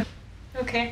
Je sais pas comment te rencontrer dans ça. Ok, c'est marrant parce que moi quand je me retrouve dans une situation comme ça où je sens qu'il y a un décalage entre l'énergie et le discours, j'ai une forme de tendresse en mode ok, il y a un mal-être et je le ressens. Et donc c'est une forme de tendresse que je perçois le mal-être. Parce qu'en fait c'est ça, quand il y a une dissonance entre le discours et l'énergie qu'il y a derrière. Et moi mon premier élan c'est ça, c'est en mode waouh, ça va pas. Ouais, mais moi je sais pas quoi faire de ce mal-être. Mais je comprends parce que c'est pas évident à gérer. Ouais, et j'ai beaucoup de mal à rencontrer. C'est ce que je dis, c'est que je pense que je peux avoir une conversation beaucoup plus douce avec Virginie Despentes qui me dira Marc, je t'encule, qu'avec une personne qui viendra me dire Marc, je trouve que t'es un mec charmé et que je sens à l'intérieur que c'est décalé. Parce que c'est toi qui prends le mal-être, parce que la personne ne prend pas son propre mal-être. En ouais, fait, il y a ça. Je sais pas quoi faire et okay. Moi ça met mal à l'aise d'avoir ça à gérer, cette dissonance. Après ça devient mon mal-être, hein. C'est moi qui choisis d'être en malaise avec la dissonance, et ça c'est un des vrais trucs que j'ai, et c'est pour ça que je pense que c'est une des raisons pour laquelle je transmets autant sur l'explicite, c'est que je suis pas à l'aise avec le décalage chez l'autre, je le gère très mal, donc le plus simple c'est de transmettre aux gens de comment le gérer. J'essaie d'apprendre à le gérer aussi, hein, je le vois, mais effectivement souvent on transmet ce dont on a besoin d'apprendre. Ok, donc en fait j'allais te poser la question, qu'est-ce que tu attends de ce podcast? C'est peut-être ça, c'est des échanges vulnérables pour questionner, et peu importe le niveau de questionnement et à quel point c'est abouti ou non, c'est plutôt le fait d'avoir vraiment un échange où on fait pas semblant et où on ose avouer. Ouais. Ok. Moi, je pense qu'il y en a bien qui est putain, si un invité me dit putain, j'aime pas les hommes, putain, ça me détend quoi. Parce que si je le sens, et tu vois, et aussi, bah ouais, je trouve que. Tu vois, je sais pas si ça me détend. Bah moi, ça tout d'un coup, je le sens, tu vois, et tout d'un coup, ça la nomme et cette énergie, elle part. Enfin, tu vois, c'est comme. Moi, je sais que j'ai ce truc quand quelqu'un me dit. Alors, moi, je suis beaucoup plus détente avec les gens qui disent moi, je peux manipuler, je peux mentir, je peux être agressif, parce que, ok, mon corps se détend, je dis ok. Il y a une conscience de... En fait, t'es en confiance quand c'est dans le vrai. C'est ça. Est-ce que le fait qu'on te prévienne et que tu sens que c'est cohérent, au moins tu sais à quoi t'en tenir? Moi, je me détends dès que je sens que, effectivement, en face, il y aura peu de dissonance. Ou que les dissonances seront entendables si je les exprime une dissonance. Ok. Et Donc tout on pour voit ce que revenir. t'attends de ce podcast. Voilà. Cool. Ouais, j'ai envie de ça. Non, voilà, et puis je me retrouve dans un podcast féministe, moi qui ne le suis pas. Non, mais pour moi, il y a une vraie portée féministe. Bien sûr, il y a une portée féministe. J'espère que ce sera écouté par des hommes et par des femmes, parce que j'écoutais Maya Mazurek, dont je sais plus ce qu'elle fait. Elle faisait un reportage là sur TF1, et je crois qu'elle a aussi un podcast et pas mal de trucs. Et à la fin, elle disait, c'est fou, en fait, quand je parle aux hommes, ils sont pas du tout comme je l'imaginais. Je sens, et c'est un truc avec lequel je suis confronté, j'ai l'impression qu'il y a beaucoup un fantasme de qu'est-ce que c'est qu'un mec, mais en gros, personne n'a été demandé à un mec. C'est quoi ton rapport à... Je pense que c'est une question qui est intéressante à poser à chacun, mais c'est quoi ton rapport avec les mecs de façon générale? Pas en opposition avec ton rapport aux nanas, forcément. Mon rapport avec les mecs, c'est une bonne question, parce que j'ai encore tous les préjugés que j'ai sur moi, je les ai sur eux. Qu'ils soient des prédateurs, qu'ils aient des mauvaises intentions et des trucs à certains endroits. Okay. Donc il y a les mecs en général. C'est aussi intéressant, je pense, dans la question des relations que t'as avec les mecs, tu vois. Moi aujourd'hui, mes relations avec les mecs, on est amis, vaguement amants. J'ai en grandissant, j'ai d'abord que des potes filles, ensuite que des potes mecs, et maintenant j'ai principalement de nouveau des potes femmes. Ouais, la majorité de mes potes mecs du passé ont un peu disparu. Non mais j'ai pas de réponse, je suis un peu un vide, j'ai un peu un grand vide, vas-y. Je sais pas comment tu te sens quand t'es au milieu d'un groupe de mecs. Est-ce que c'est de son élément? Est-ce que t'es mal à l'aise? Est-ce que tu tisses des amitiés facilement? Est-ce que c'est un monde à part? Enfin, c'est quoi ton... Quand il y a un groupe de mecs, non, je peux faire un groupe de mecs une soirée, un groupe de mecs un peu traditionnel, je peux faire une soirée tous les mois. Parce que moi j'aime parler d'émotions. Enfin tu vois, je dénote dans mes groupes de mecs quand parfois je reviens d'une soirée, et, enfin tu vois, il y a encore un groupe de mecs avec qui je traîne un peu, plus classique, qui soit pas dans mes univers plus tantriques et sexuels. Parce que là c'est très mixte et il n'y a pas de groupe de genre, il y a des non-binaires, des binaires, des gender fluides, des femmes, des comme moi qui m'habillent en homme, en femme. Enfin tu vois, cette question-là revient plus trop à ça, il n'y a plus trop ça. Mais je peux un peu dénoter parce que par exemple quand je reviens et que j'ai passé une nuit avec une meuf, je suis le mec qui peut dire hier soir elle m'a dit qu'elle se faisait chier au pieu. Pourquoi ça questionne ton rapport au mec? Mais parce que c'est pas comme ça qu'arrivent les mecs, ils disent pas putain hier soir j'ai passé une soirée avec une meuf et ils disent c'était relou, mais ils disent pas forcément putain elle m'a dit. Et moi j'ai adoré parce que derrière on s'est connecté et que c'était j'ai adoré cette nuit parce que c'était pour moi le pouvoir de l'authenticité et comment l'authenticité peut questionner. Mais j'aime bien, tu vois, là j'étais dans un groupe de potes et il y a un de mes potes qui s'est séparé et j'ai senti qu'il fallait pas en parler. Alors que c'était sa relation de 4 ans et que j'ai demandé à mes potes, on est d'accord, on n'en parle pas. Et il me fait ouais, et tu vois, pour moi, c'est des codes que j'ai pas forcément, tu vois, où je sens que il faut éviter des sujets, on peut pas parler d'émotions ou avec certains des potes que j'adore, on parle, mais on parle 3 minutes et pour eux, je pense qu'ils ont la sensation de putain, on a une vraie discussion émotionnelle et intense et moi je suis genre. Ouais, on a parlé de concept, mais et toi, tu vois, enfin, toi t'en fais quoi? Il te manque la vulnérabilité? Ouais. En tout cas, dans mes groupes de mecs, on est en groupe de mecs. Ouais. Après, quand je suis dans l'intimité avec quelqu'un, avec mes potes du passé ou mes potes, on parle de tout et de n'importe quoi. Le seul truc encore, c'est mon rapport à ma prédation à moi en ce moment. Un jour, j'étais avec une amie, on était dans un stage, et à la fin, je lui ai fait... Ah, c'est vrai qu'on a dit, je vais faire ce contenu-là. Je lui ai fait les 10 manières dont les mecs l'avaient dragué pour la semaine. Je vois exactement, je suis très alerte sur ça, parce que voilà. Et je lui ai fait, lui il drague comme ça, lui il drague comme ça, lui il drague comme ça, lui il drague comme ça, lui il drague comme ça, lui il drague comme ça, ça c'est sa stratégie, ça c'est sa stratégie, ça c'est sa stratégie. Je suis encore méfiant parfois des autres hommes, et j'ai un peu de méfiance. Est-ce que tu t'inclus là-dedans? Est-ce que tu es dissocié de ça? Non, je me dissocie pas, ouais, bien sûr. Okay. Je me méfie de mes stratégies de séduction que j'essaie de lâcher, j'en parlais. Ouais, il y a encore un truc de moi qui a pas encore complètement confiance dans le corps masculin. Ok. Parce que je vois encore toutes les stratégies, j'ai beau avoir déconstruit les trucs, je vois encore toutes les stratégies que je peux faire pour être aimé de temps en temps. Est-ce que c'est lié au masculin ça? C'est pas juste humain? C'est humain, sauf que j'ai ce conditionnement, comme tout le monde, biaisé de 40 ans d'avoir entendu que les corps masculins étaient des menteurs, des lâches, des fourmes, et tu vois. On entend aussi que les femmes c'est des menteuses, tu vois. Ouais, ça c'est vrai. Oh, c'est cette détermination. Il n'y a pas eu une demi-seconde Non, en plus, je le pense même pas. J'ai ce biais de donner plus de confiance à une femme, à un corps féminin, alors que je devrais pas, forcément. C'est fou. Ouais. Tout ce que t'as dit, tu prends l'autre sens, c'est ce que je pense. Ouais. Ouais, Je comprends. carrément. J'ai pas du tout le même rapport, c'est marrant. Pour moi, tu vois, tu parlais des groupes. Pour moi, c'est beaucoup plus facile de me sentir à l'aise dans un groupe de mecs que dans un groupe de filles. Et alors, en grandissant, pourtant, j'ai été copine quasiment qu'avec des filles. Mes amis d'enfance, on est 5 nanas. Mais il n'y a jamais eu ce comportement typique de la fille où on s'est sentis en compétition les unes par rapport aux autres, où il y a eu des petites histoires de machin bidule qui parlent sur le truc, tu vois. Il n'y a jamais eu cette dynamique typique féminine, en fait, dans ce groupe de nanas. Mais en dehors de ça, les amis que je me fais, c'est que des mecs. C'est vraiment que des mecs. Mais regarde. Mais c'est vrai. Et en plus, ça dépend des tranches d'âge, tu vois. J'ai beaucoup plus de mal à me faire amie avec des mecs entre 20 et 30 ans. Parce que j'ai l'impression justement que c'est pas authentique et qu'il y a des trucs à prouver. Et qu'il va y avoir une sorte de domination qui va être exercée. Mais même dans le travail, aujourd'hui, j'accepte hyper rarement une collaboration d'un mec d'une trentaine d'années ou de moins de 30 ans. Parce qu'à chaque fois que j'ai eu des clients avec lesquels ça s'est mal passé, c'était des mecs dans cette tranche d'âge-là qui ont des trucs à se prouver à eux-mêmes. Et donc, ils essayent de mettre la pression. Et c'est toujours là que ça coince. Tu vois.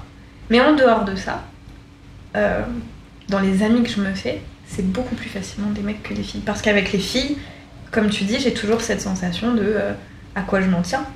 Qu'est-ce qu'elles pensent réellement derrière ça? Est-ce qu'on est dans une relation authentique ou est-ce qu'il y a de la compétition, de la comparaison, de la stratégie? Et j'ai l'impression que quand on s'entend bien avec un mec, il n'y a pas toute la stratégie derrière de si on est amis, je vais pouvoir bien me placer par rapport à telle personne, tu vois. Chose que malheureusement, je vois beaucoup plus chez les filles. Sauf mon groupe d'amis d'enfance où j'ai l'impression qu'on n'a pas cette dynamique-là. Après, pour le coup, on en parlait tout à l'heure, le mensonge et la manipulation est une stratégie féminine. C'est ni bien ni mal, hein, c'est juste en lien avec l'énergie. La stratégie masculine, on la connaît. C'est frapper, t'es agressé, c'est un truc direct. Et c'est clair que sur les groupes de meufs ou groupes de trucs, un groupe de meufs, ça me dépasse, ça m'attire peu.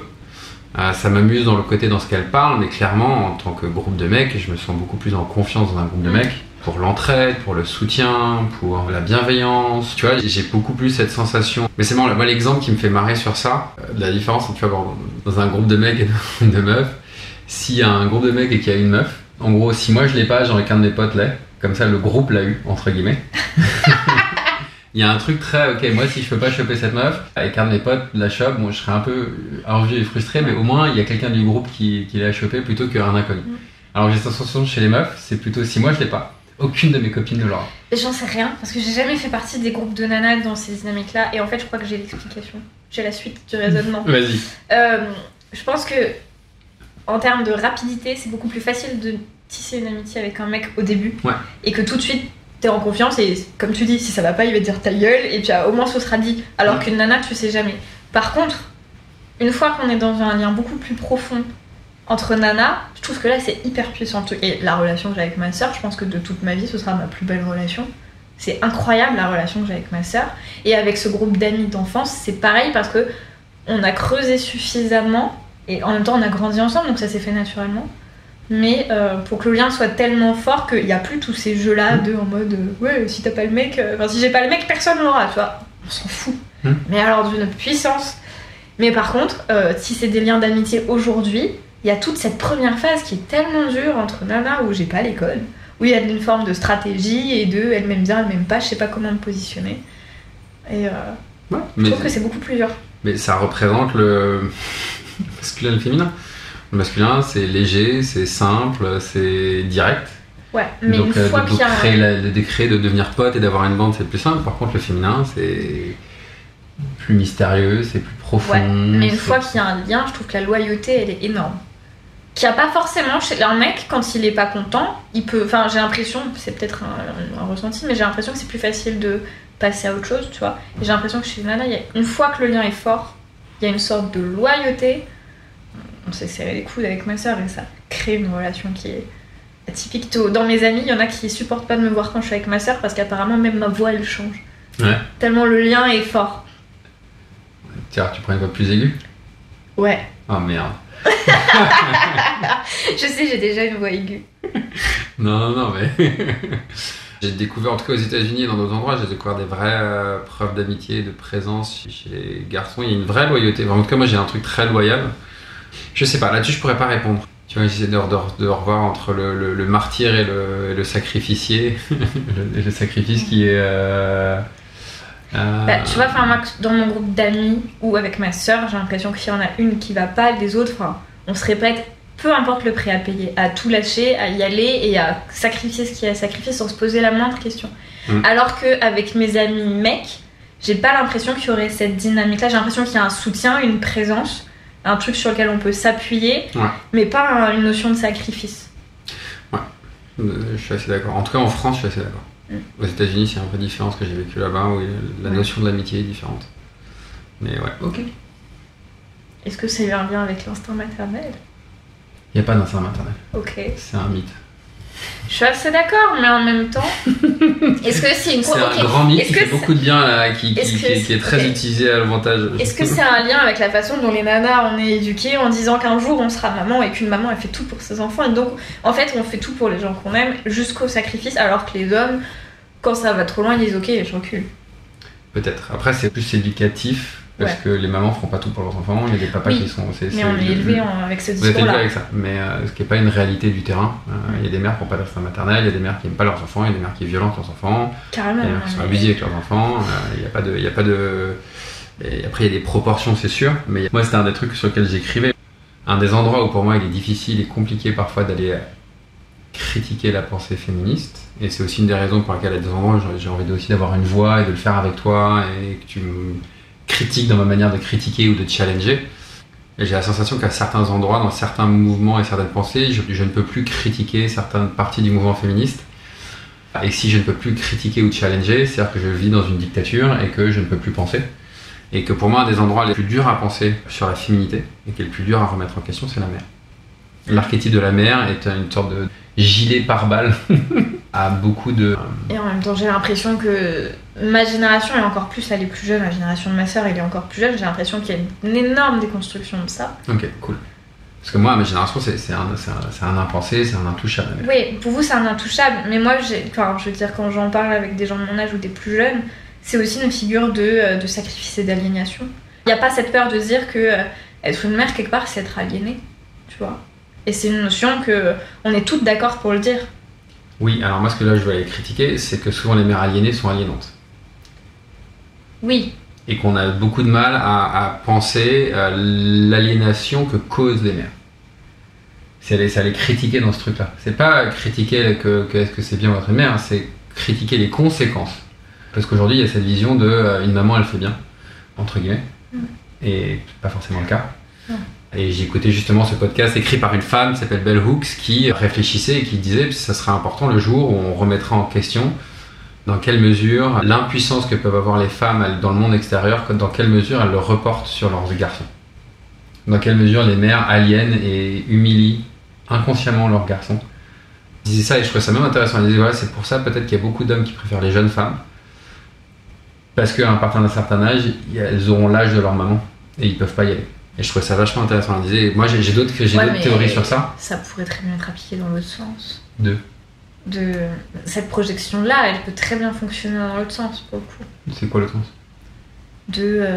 Certaines femmes qui voient leur père potentiellement, tu vois, qui... Bien sûr. Mais c'est pour ça qu'on dit souvent que quand une femme va vers un homme âgé, qu'elle a des daddy issues, je sais pas comment on dit en français, des problèmes avec son père.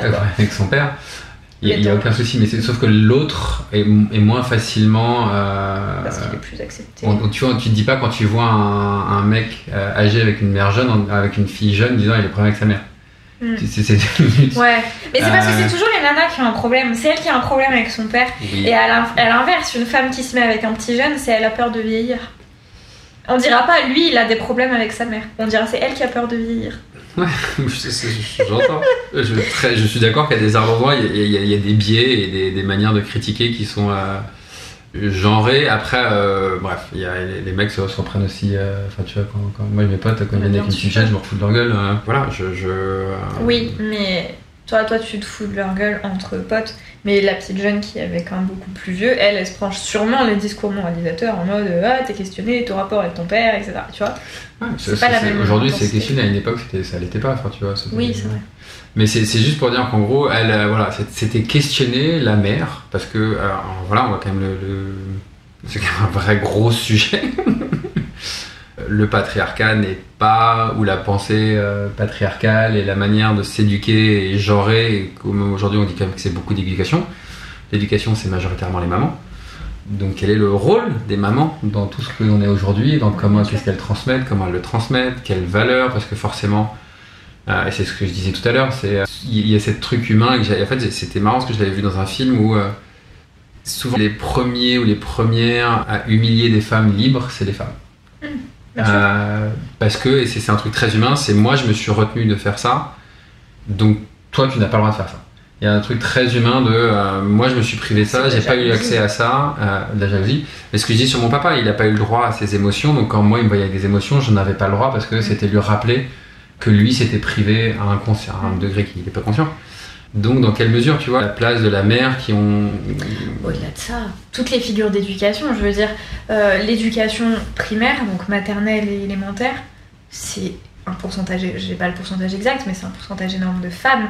Et on commence à avoir des profs hommes au collège, il y en a beaucoup plus au lycée. Et mais c'est ça dans tout. Je veux dire, dans la danse, dans la cuisine, c'est un truc de femmes, sauf à très haut niveau. Alors après, ça c'est dit, pour moi, Donc pour moi, la porte d'entrée dans l'enfance et les premiers modèles éducatifs que tu as, dans ces disciplines-là, ce sera des femmes. Et après, quand tu grandis, ça sera des hommes. Alors pour moi, c'est pas la même chose dans notre système éducatif que le système cuisine. C'est différent et similaire. On peut aborder ce sujet-là, que c'est un sujet que j'aime beaucoup. Je sais pas si on l'a dit dans cette épisode. Les corps masculins ont une tendance à se dissocier de leur monde émotionnel. Or, éduquer un enfant, c'est que l'émotionnel. Oui, mais c'est un serpent qui se mord la queue en fait. Non, mais c'est juste pour dire que c'est lié à une construction de les hommes. Tu vois, pareil, c'était mon père. Mon père n'avait aucun intérêt, enfin avait peu d'intérêt pour moi jusqu'à ce que je puisse parler d'histoire et faire du latin. Donc jusqu'à ce que j'arrive au collège. Oui. Avant, j'étais un monde émotionnel incompréhensible pour lui. Donc il s'occupait pas de ça, il passait peu de temps avec moi. Donc je pense que ce rapport-là est plus. Et puis là, moi j'en parlais même avec des amis. En fait, il y a beaucoup de femmes qui préfèrent être en maternelle parce que tout d'un coup, c'est un monde émotionnel, que c'est plus ludique, que c'est. Oui. Et donc après, c'est des postes qui sont. C'est autre chose. Il y a plusieurs trucs. C'est moins valorisé, socialement et financièrement, mais ça, c'est pas forcément. Donc après, de valoriser et que tout soit autant payé qu'un prof de maternelle et un prof de lycée, ça, c'est quelque chose pour lequel je suis pour. Mais après, que ce soit équilibré, si c'est. Attends, je vais finir, je te laisse parler complètement. Vas-y.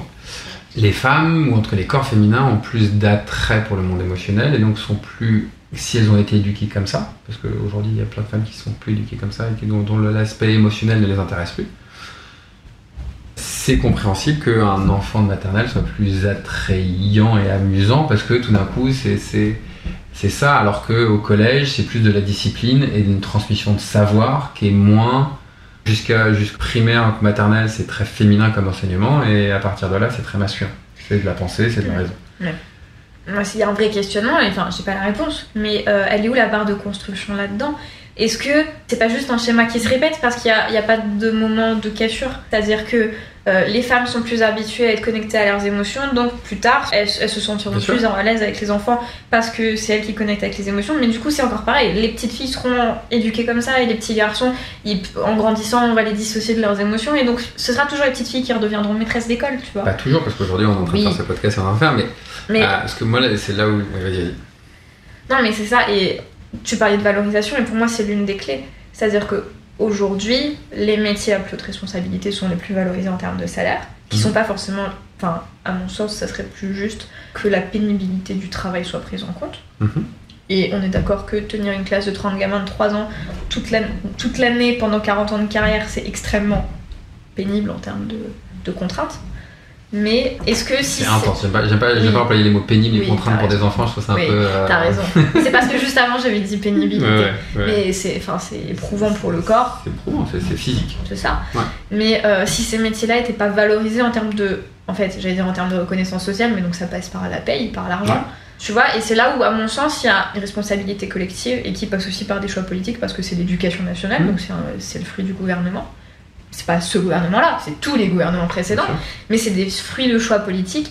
Si finalement ces métiers-là étaient pas hyper valorisés dans la paye, est-ce que petit à petit ça déconstruirait pas ces inégalités de genre qui sont quand même hyper ancrées sur le fait que les femmes elles ont des émotions, les hommes ils arrivent moins à gérer ça, donc les femmes s'occupent des enfants, les hommes s'occupent des trucs à responsabilité, et les petites filles elles voient ce modèle-là, les petits garçons ils voient ce modèle-là, et donc ça continue.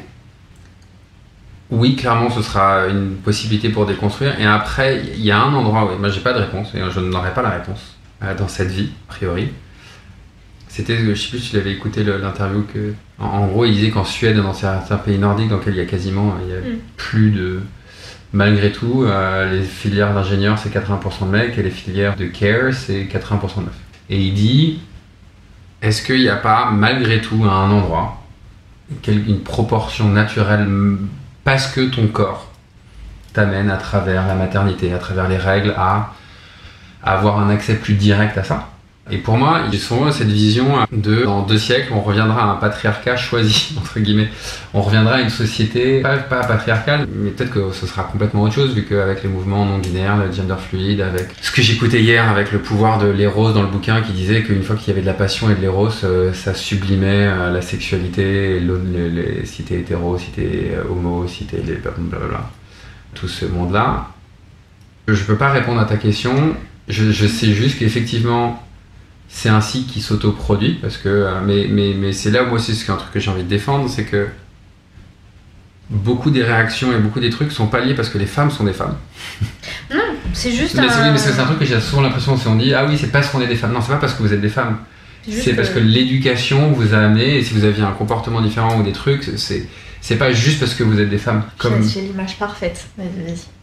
C'est comme pour tu disais les grands chefs, et c'est ce que disait ce mec, et je trouvais ça vachement intéressant. Il disait, la nana le questionnait, mais pourquoi il n'y a pas plus de mecs au patron du CAC 40 il disait, ça n'a rien à voir avec être femme ou pas femme. Il dit, pour être aujourd'hui dans la société telle qu'elle est, dans une société dont l'énergie dominante est l'énergie masculine, dans laquelle on va valoriser les valeurs masculines et les qualités masculines, pour être patron du CAC 40, il faut travailler 90 heures par semaine, oublier son monde émotionnel, oublier ses copains et oublier sa famille. Et il dit, et lui il considère, et moi je suis plutôt d'accord, une femme oui, elle fait pas ces choix-là. Va pas faire ce choix-là. Et c'est pas parce qu'elle est femme, c'est juste parce qu'elle se dit, en fait moi j'ai envie de travailler moins, j'ai envie d'avoir moins de monde émotionnel, j'ai envie d'avoir des amis et une vie intérieure. Ouais. Et que c'est pas, tu vois, c'est pas forcément, est-ce qu'il y a le plafond de verre, il est plus dans... est-ce que cette vie-là, t'en as vraiment envie ? Ouais, mais pour moi c'est un truc à 2 sens, et j'allais le dire dans l'autre sens. Mais on est d'accord, et à mon sens pareil, on n'atteindra pas une inégalité tant que... je veux dire, dans le féminisme, il y a aussi le combat pour le congé paternité, et pour moi tant que ce sera pas congé égal, on pourra pas être à égalité, mais dans l'autre sens aussi, pour revenir aux maîtresses d'école. Est-ce que si les maîtresses d'école étaient super bien payées, du coup c'est une forme de pouvoir quand t'as ce boulot-là, si t'es mieux rémunéré que la moyenne, tu fais partie des gens qui ont quand même un pouvoir qui est supérieur. Est-ce que ça serait toujours autant choisi par des femmes ? Ça, j'en sais rien, mais au moins, ça serait un choix qui viendrait moins directement de la question de genre. Parce que ça serait un choix de j'aime ça. Et pas je suis une nana, j'ai l'habitude, j'y vais. Et un mec qui se dit mon Dieu, c'est quoi ces émotions ? En plus, j'ai pas été éduquée dans cette optique-là, et qui même pas il essaye de se projeter. Et j'ai fait le cursus pour être prof. J'étais en master pour être prof, et j'ai détesté parce que le système scolaire, j'en vois trop les limites et je voulais pas me projeter là-dedans, donc j'ai arrêté et je suis revenue dans la com. Mais j'ai eu un cours extraordinaire avec une dame qui est historienne sur les questions de genre. Et c'était hyper intéressant déjà parce que c'est le premier cours où à la fac, en master 1 à ce moment-là, donc on a 23 ans, 22, on a quel âge en master 1 ? C'est bac plus 4, donc 18 plus 4, on a 22 ans. On a 22 ans, c'est la première prof de l'année qui se met pas en posture d'adulte apprenant à un enfant, qui nous fout en cercle et qui nous fait parler. Et déjà, pousser les tables et on installe les chaises en cercle, ça a fait râler. Évidemment, c'est une promo où on était genre 90% de nanas, évidemment. Et déjà ça fait râler, ça sort du confort. Et elle nous regarde, elle nous accueille et elle dit « Vous êtes toutes des clichés ». Et là, gros blanc, et on se dit « Mais mon Dieu, dans quoi on est tombé ?» Et elle nous regarde, elle dit « Mais regardez, on est dans un master pour faire... » Donc c'était un master d'éducation de premier degré, donc maternelle élémentaire, donc de 3 à 10 ans, quoi. Vous êtes quasiment que des nanas, et vous avez toutes la même coupe de cheveux. J'avais déjà les cheveux courts, mais sinon elles avaient toutes les cheveux super longs. Et vous êtes toutes habillées dans et en fait, même si vous n'avez pas la sensation d'être là parce que vous êtes conditionné, parce que vous aimez les enfants, etc., quand même, il y a... c'est visible, quoi, à l'œil nu. Et donc, ouais, la question, c'est si on renversait le truc, si les grands chefs d'entreprise étaient obligés d'avoir des horaires qui étaient plus compatibles avec une vie sociale et que les métiers d'éducation étaient valorisés en termes de salaire, ce qui donnerait du pouvoir. Et j'en sais rien, c'est juste une question. Mais est-ce que dans un siècle, on en serait encore au même constat ? Je sais pas. Moi, potentiellement, je pourrais dire, genre une part de moi qui me dit, on pourrait être au même constat visuel. Par contre, j'aimerais qu'effectivement, de l'intérieur, moi j'aime bien l'idée qu'il y a un cap de salaire, que les profs de maternelle soient beaucoup mieux payés, que tous les métiers soient mieux payés et que ces choix-là soient des choix... de conviction. Des choix de conviction. Et pas de conditionnement. Et oui, et c'est là où je te dis, je ne sais pas si j'aurai la réponse dans ce siècle de déconditionnement, mais clairement, moi, le fait de valoriser les trucs, de faire baisser les prix des grands PDG, c'est sûr que ça pourrait changer des trucs. Sauf qu'on n'est pas que dans un monde patriarcal, on est dans un monde capitaliste. Et que le capitalisme a ses pervertis. Est-ce que ça va ensemble ? J'en sais rien. Le capitalisme a... Je lisais un bouquin et je trouve ça assez juste, assez vertueux, parce que c'est le capitalisme qui a un endroit à libérer l'esclavage, qui a libéré les femmes, qui a libéré les noirs, qui aujourd'hui est en train de mettre... Parce qu'en gros, le capitalisme phagocyte tout. Il est même en train de mettre le bien-être au centre de la... Ouais, mais est-ce qu'aujourd'hui, l'étape d'après, ça serait pas de s'en distancer. Bien sûr. D'un point de vue écologique, on n'en parle même pas, au secours. Non, mais je dis pas le contraire. Mais... Moi, ma sensation, c'est que... Mais c'est un peu ce que j'ai envie de mettre en avant. Et peut-être que je me trompe complètement. Et je pense que de l'extérieur, si tu me regardes aujourd'hui, il y a 10 ans, et tu verras peut-être aucune différence. Sauf qu'aujourd'hui, tout est choisi. C'est fait librement. Et donc pour moi, peut-être que dans 10 ans, tu regarderas, il y aura les mêmes répartitions. Mais au moins elles seront choisies. Sauf que tu choisiras d'être mère au foyer par choix, tu choisiras d'être homme 80 heures par semaine par choix. C'est ça. Et tu gagneras autant que ton mari ou que ton truc, et qu'il y aura plus d'égalité à plein d'endroits, et peut-être qu'à l'extérieur rien ne change. Ouais, mais on s'en fout. Oui. Et pour moi, tu vois, j'ai eu cette discussion qui m'a semblé lunaire il y a quelques mois avec une nana qui me disait « Oh, moi j'aime pas le féminisme, je suis pas féministe et les féministes ça me saoule parce que moi si je veux être mère au foyer, je vais pouvoir le faire et être tranquille. » Je dis « Mais t'as rien compris. Le féminisme, c'est pouvoir choisir d'être mère au foyer et être tranquille. Mais c'est aussi pouvoir choisir de faire une super carrière si t'as envie. Et même au contraire, le féminisme, ça serait de rémunérer avec un joli salaire les mères au foyer qui éduquent leurs enfants. Enfin, tu vois, que ce soit pas des choix par défaut, et que ce soit pas des décisions par défaut, mais que ce soit des choix. Et pour moi, c'est là, et on s'en fiche effectivement si au bout du compte on revient aux mêmes proportions. Mais à partir du moment où il y a plus facteur d'inégalité et qui fait qu'il n'y a plus qu'un facteur choix, pour moi c'est gagné.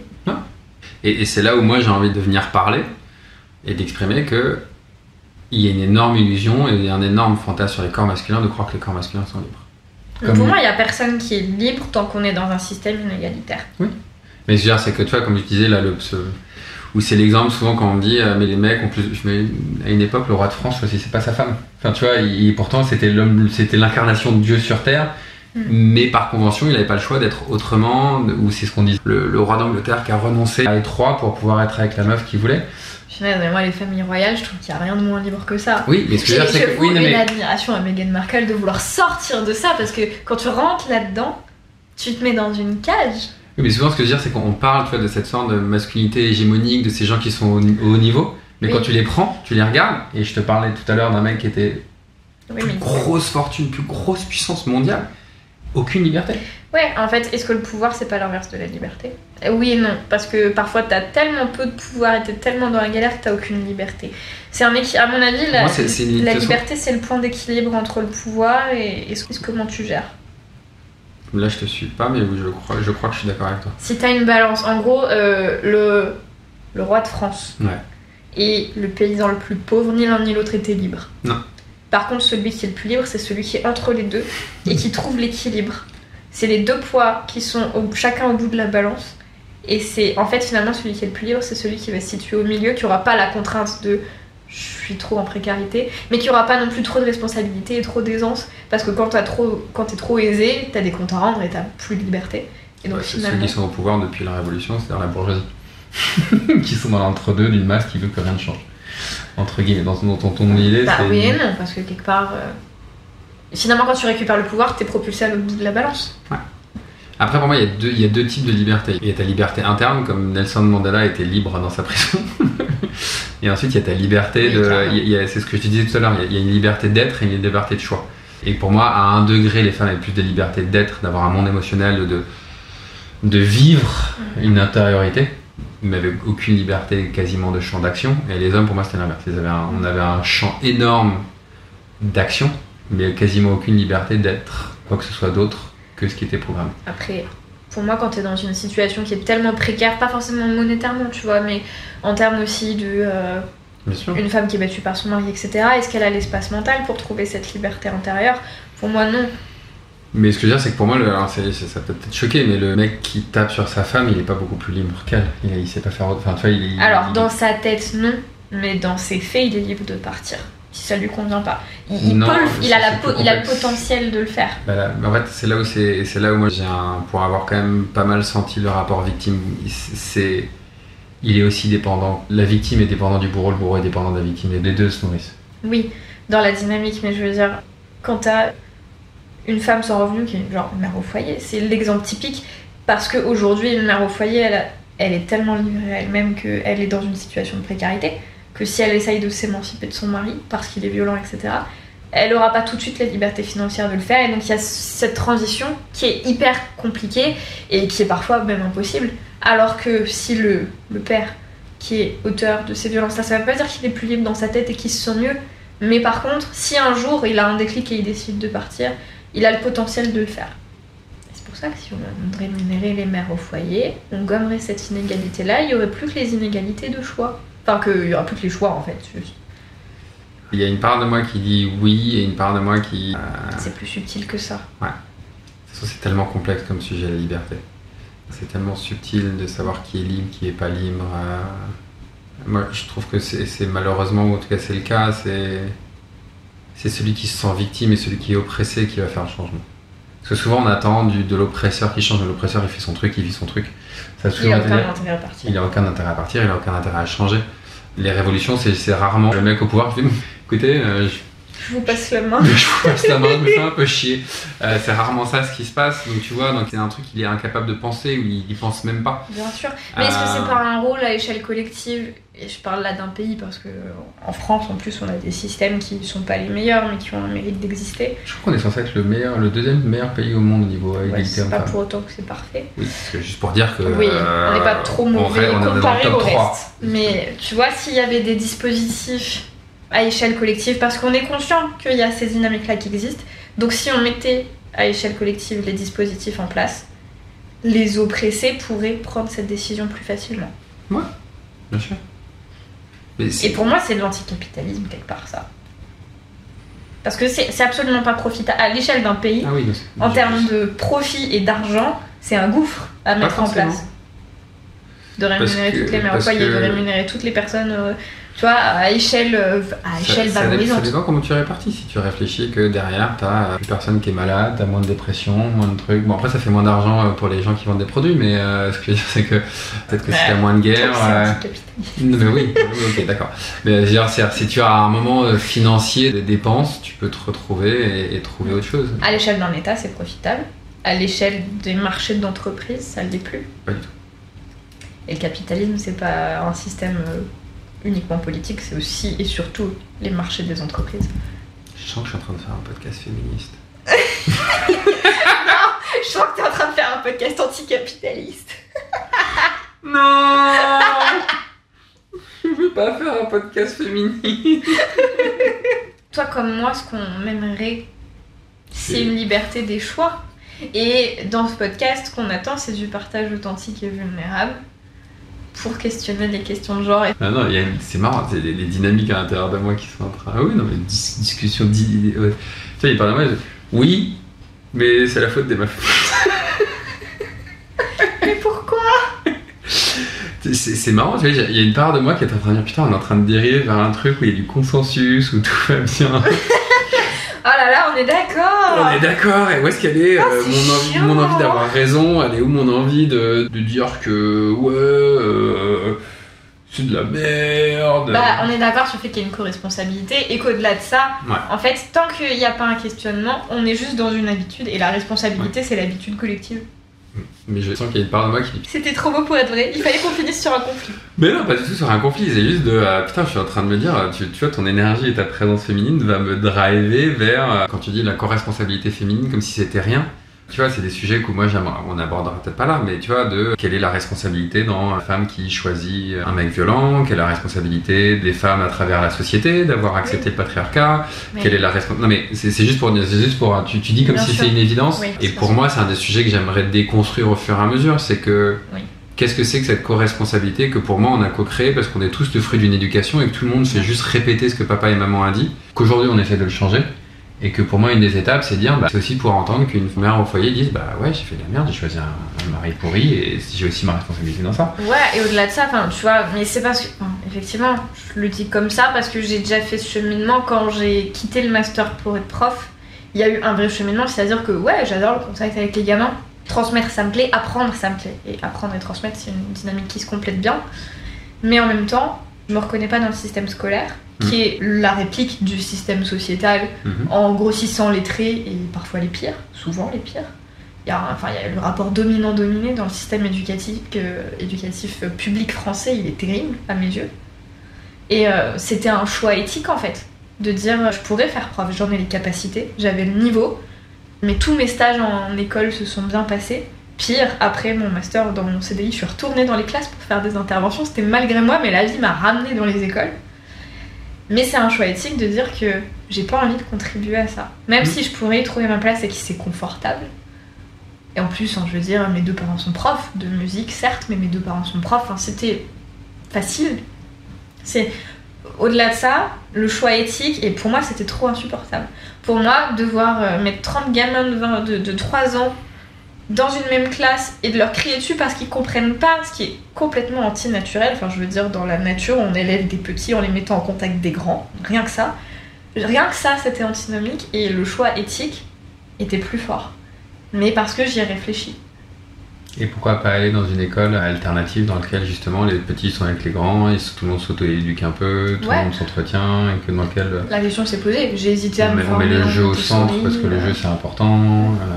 La question s'est posée, déjà parce qu'il y avait des débouchés moins stables. Du coup, j'ai décidé de faire chef d'entreprise. Non, et puis parce qu'en fait, en décidant de quitter... j'ai fait ce Master 1, du coup, je suis passée par correspondance. Il m'a fallu moins d'1 mois et demi pour comprendre que j'irais pas au bout et que je voulais pas passer le concours de prof, mais j'allais pas lâcher mes études en plein milieu parce que mes parents m'auraient trucidé. Donc, je suis passée par correspondance. Et on va pas se mentir, le master de prof ce qui est dur c'est le concours parce qu'il faut être dans les meilleurs, mais le master de prof des écoles c'est un niveau 3e seconde qui est demandé, donc en master je l'avais et donc j'avais mes journées devant moi pour réfléchir et donc au-delà de ça je me suis questionnée sur moi, qu'est-ce que je veux, et donc je suis retournée vers le milieu culturel, j'ai trouvé un service civique dans un théâtre et je suis partie en master de communication appliquée au milieu culturel parce que c'est vraiment un truc qui me fait vibrer et que pour moi en fait, c'est la même chose, tu transmets quand t'es dans la culture, ou là, dans mon travail de communication, j'essaye de mettre en lumière des projections du sens pour transmettre des valeurs. En fait, c'est la même chose, juste sous une forme différente. Mais en même temps, je suis pas tombée dans cette responsabilité je suis une nana, je viens d'une classe sociale moyenne plus, c'est-à-dire que j'ai des parents qui sont profs en conservatoire, mais ça reste des profs, tu vois. Et je vais pas tomber là-dedans. Donc à la place, je me lance à mon compte et j'y vais, tu vois. Cool. Mais c'est parce que j'ai déjà eu... parce que j'ai été confrontée à des moments où c'était soit je me posais la question, soit je fonçais tête baissée, et puis dans 10 ans, je pétais un câble. Donc je me suis posé la question. Mais effectivement, t'as raison sur le fait que c'est pas une évidence pour tout le monde. Ouais, et puis il y a une part de moi qui me dit putain, j'ai pas envie de... Tu vois, c'est qu'on parlait tout à l'heure de colère, de trucs. Il y a une part de moi qui est pas encore complètement prêt à lâcher ma colère envers une forme du mouvement féministe. Il y a une part de moi qui encore... Tu vois, c'est plus... Comme souvent, c'est plus simple de projeter sur l'extérieur mon incapacité à aimer des parts de moi et des zones de moi, que c'est moi qui suis responsable. C'est ce que j'ai essayé de dire dans ma formulation, de dire c'est pas tant la société c'est moi qui ai choisi d'entendre ça et de me construire avec ça dans ce qui est proposé dans certains discours. Tu vois, c'est pas parce que d'autres gens de mon âge se sont pas construits de la même façon, ma soeur n'est pas construite de la même façon.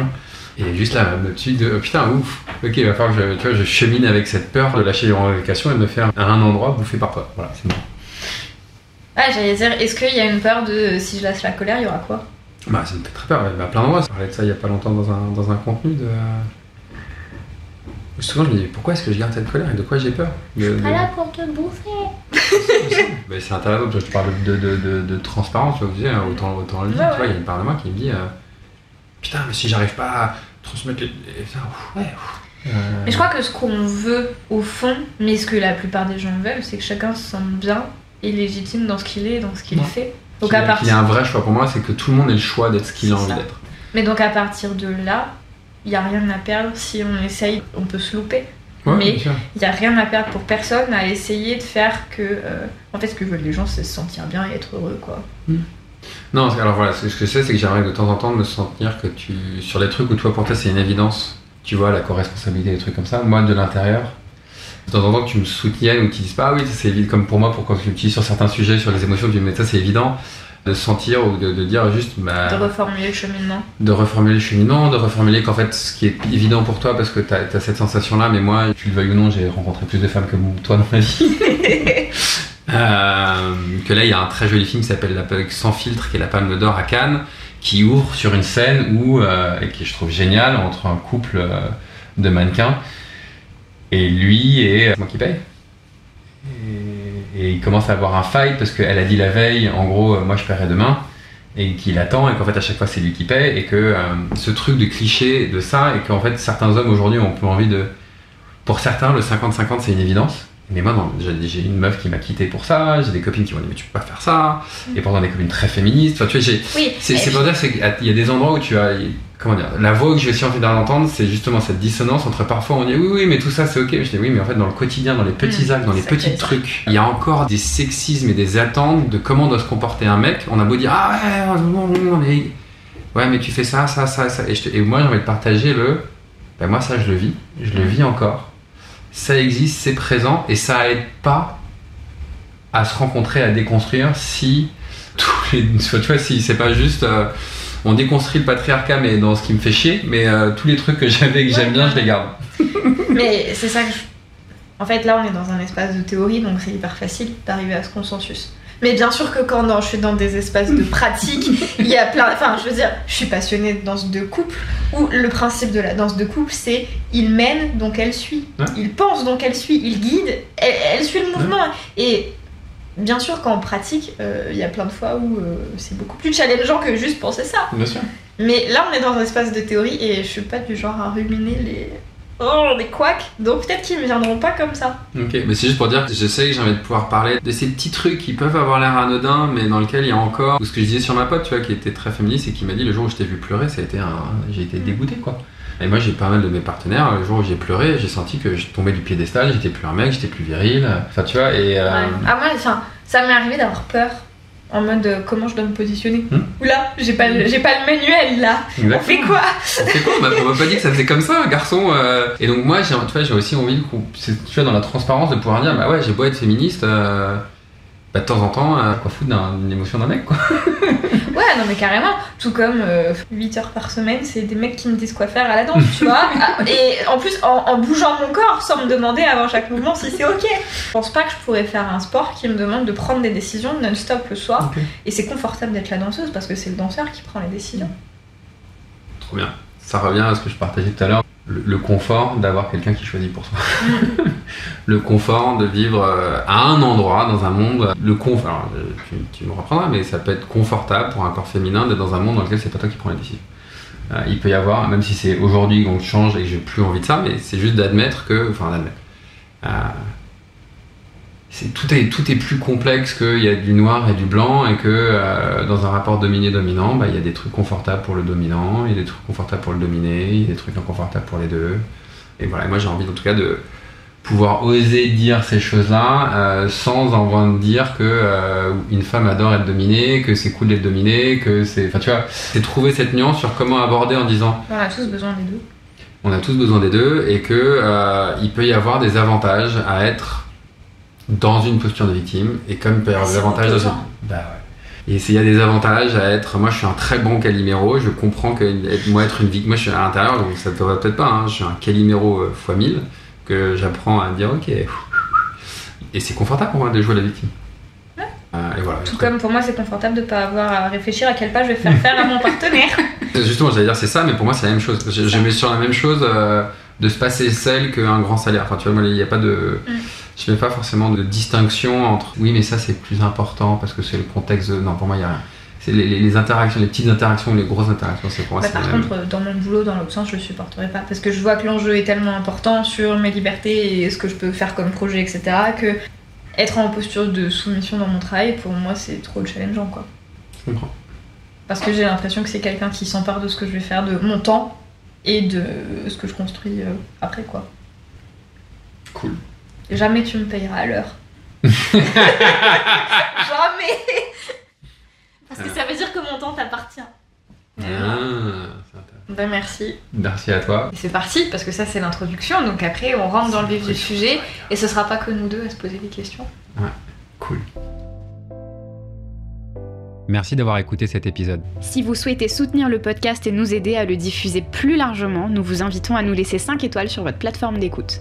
Vous pouvez aussi nous retrouver sur Instagram pour suivre les actualités du podcast et nos partages autour de lectures et de découvertes en lien avec ce sujet. On se retrouve jeudi prochain pour un nouvel épisode de Homme le podcast.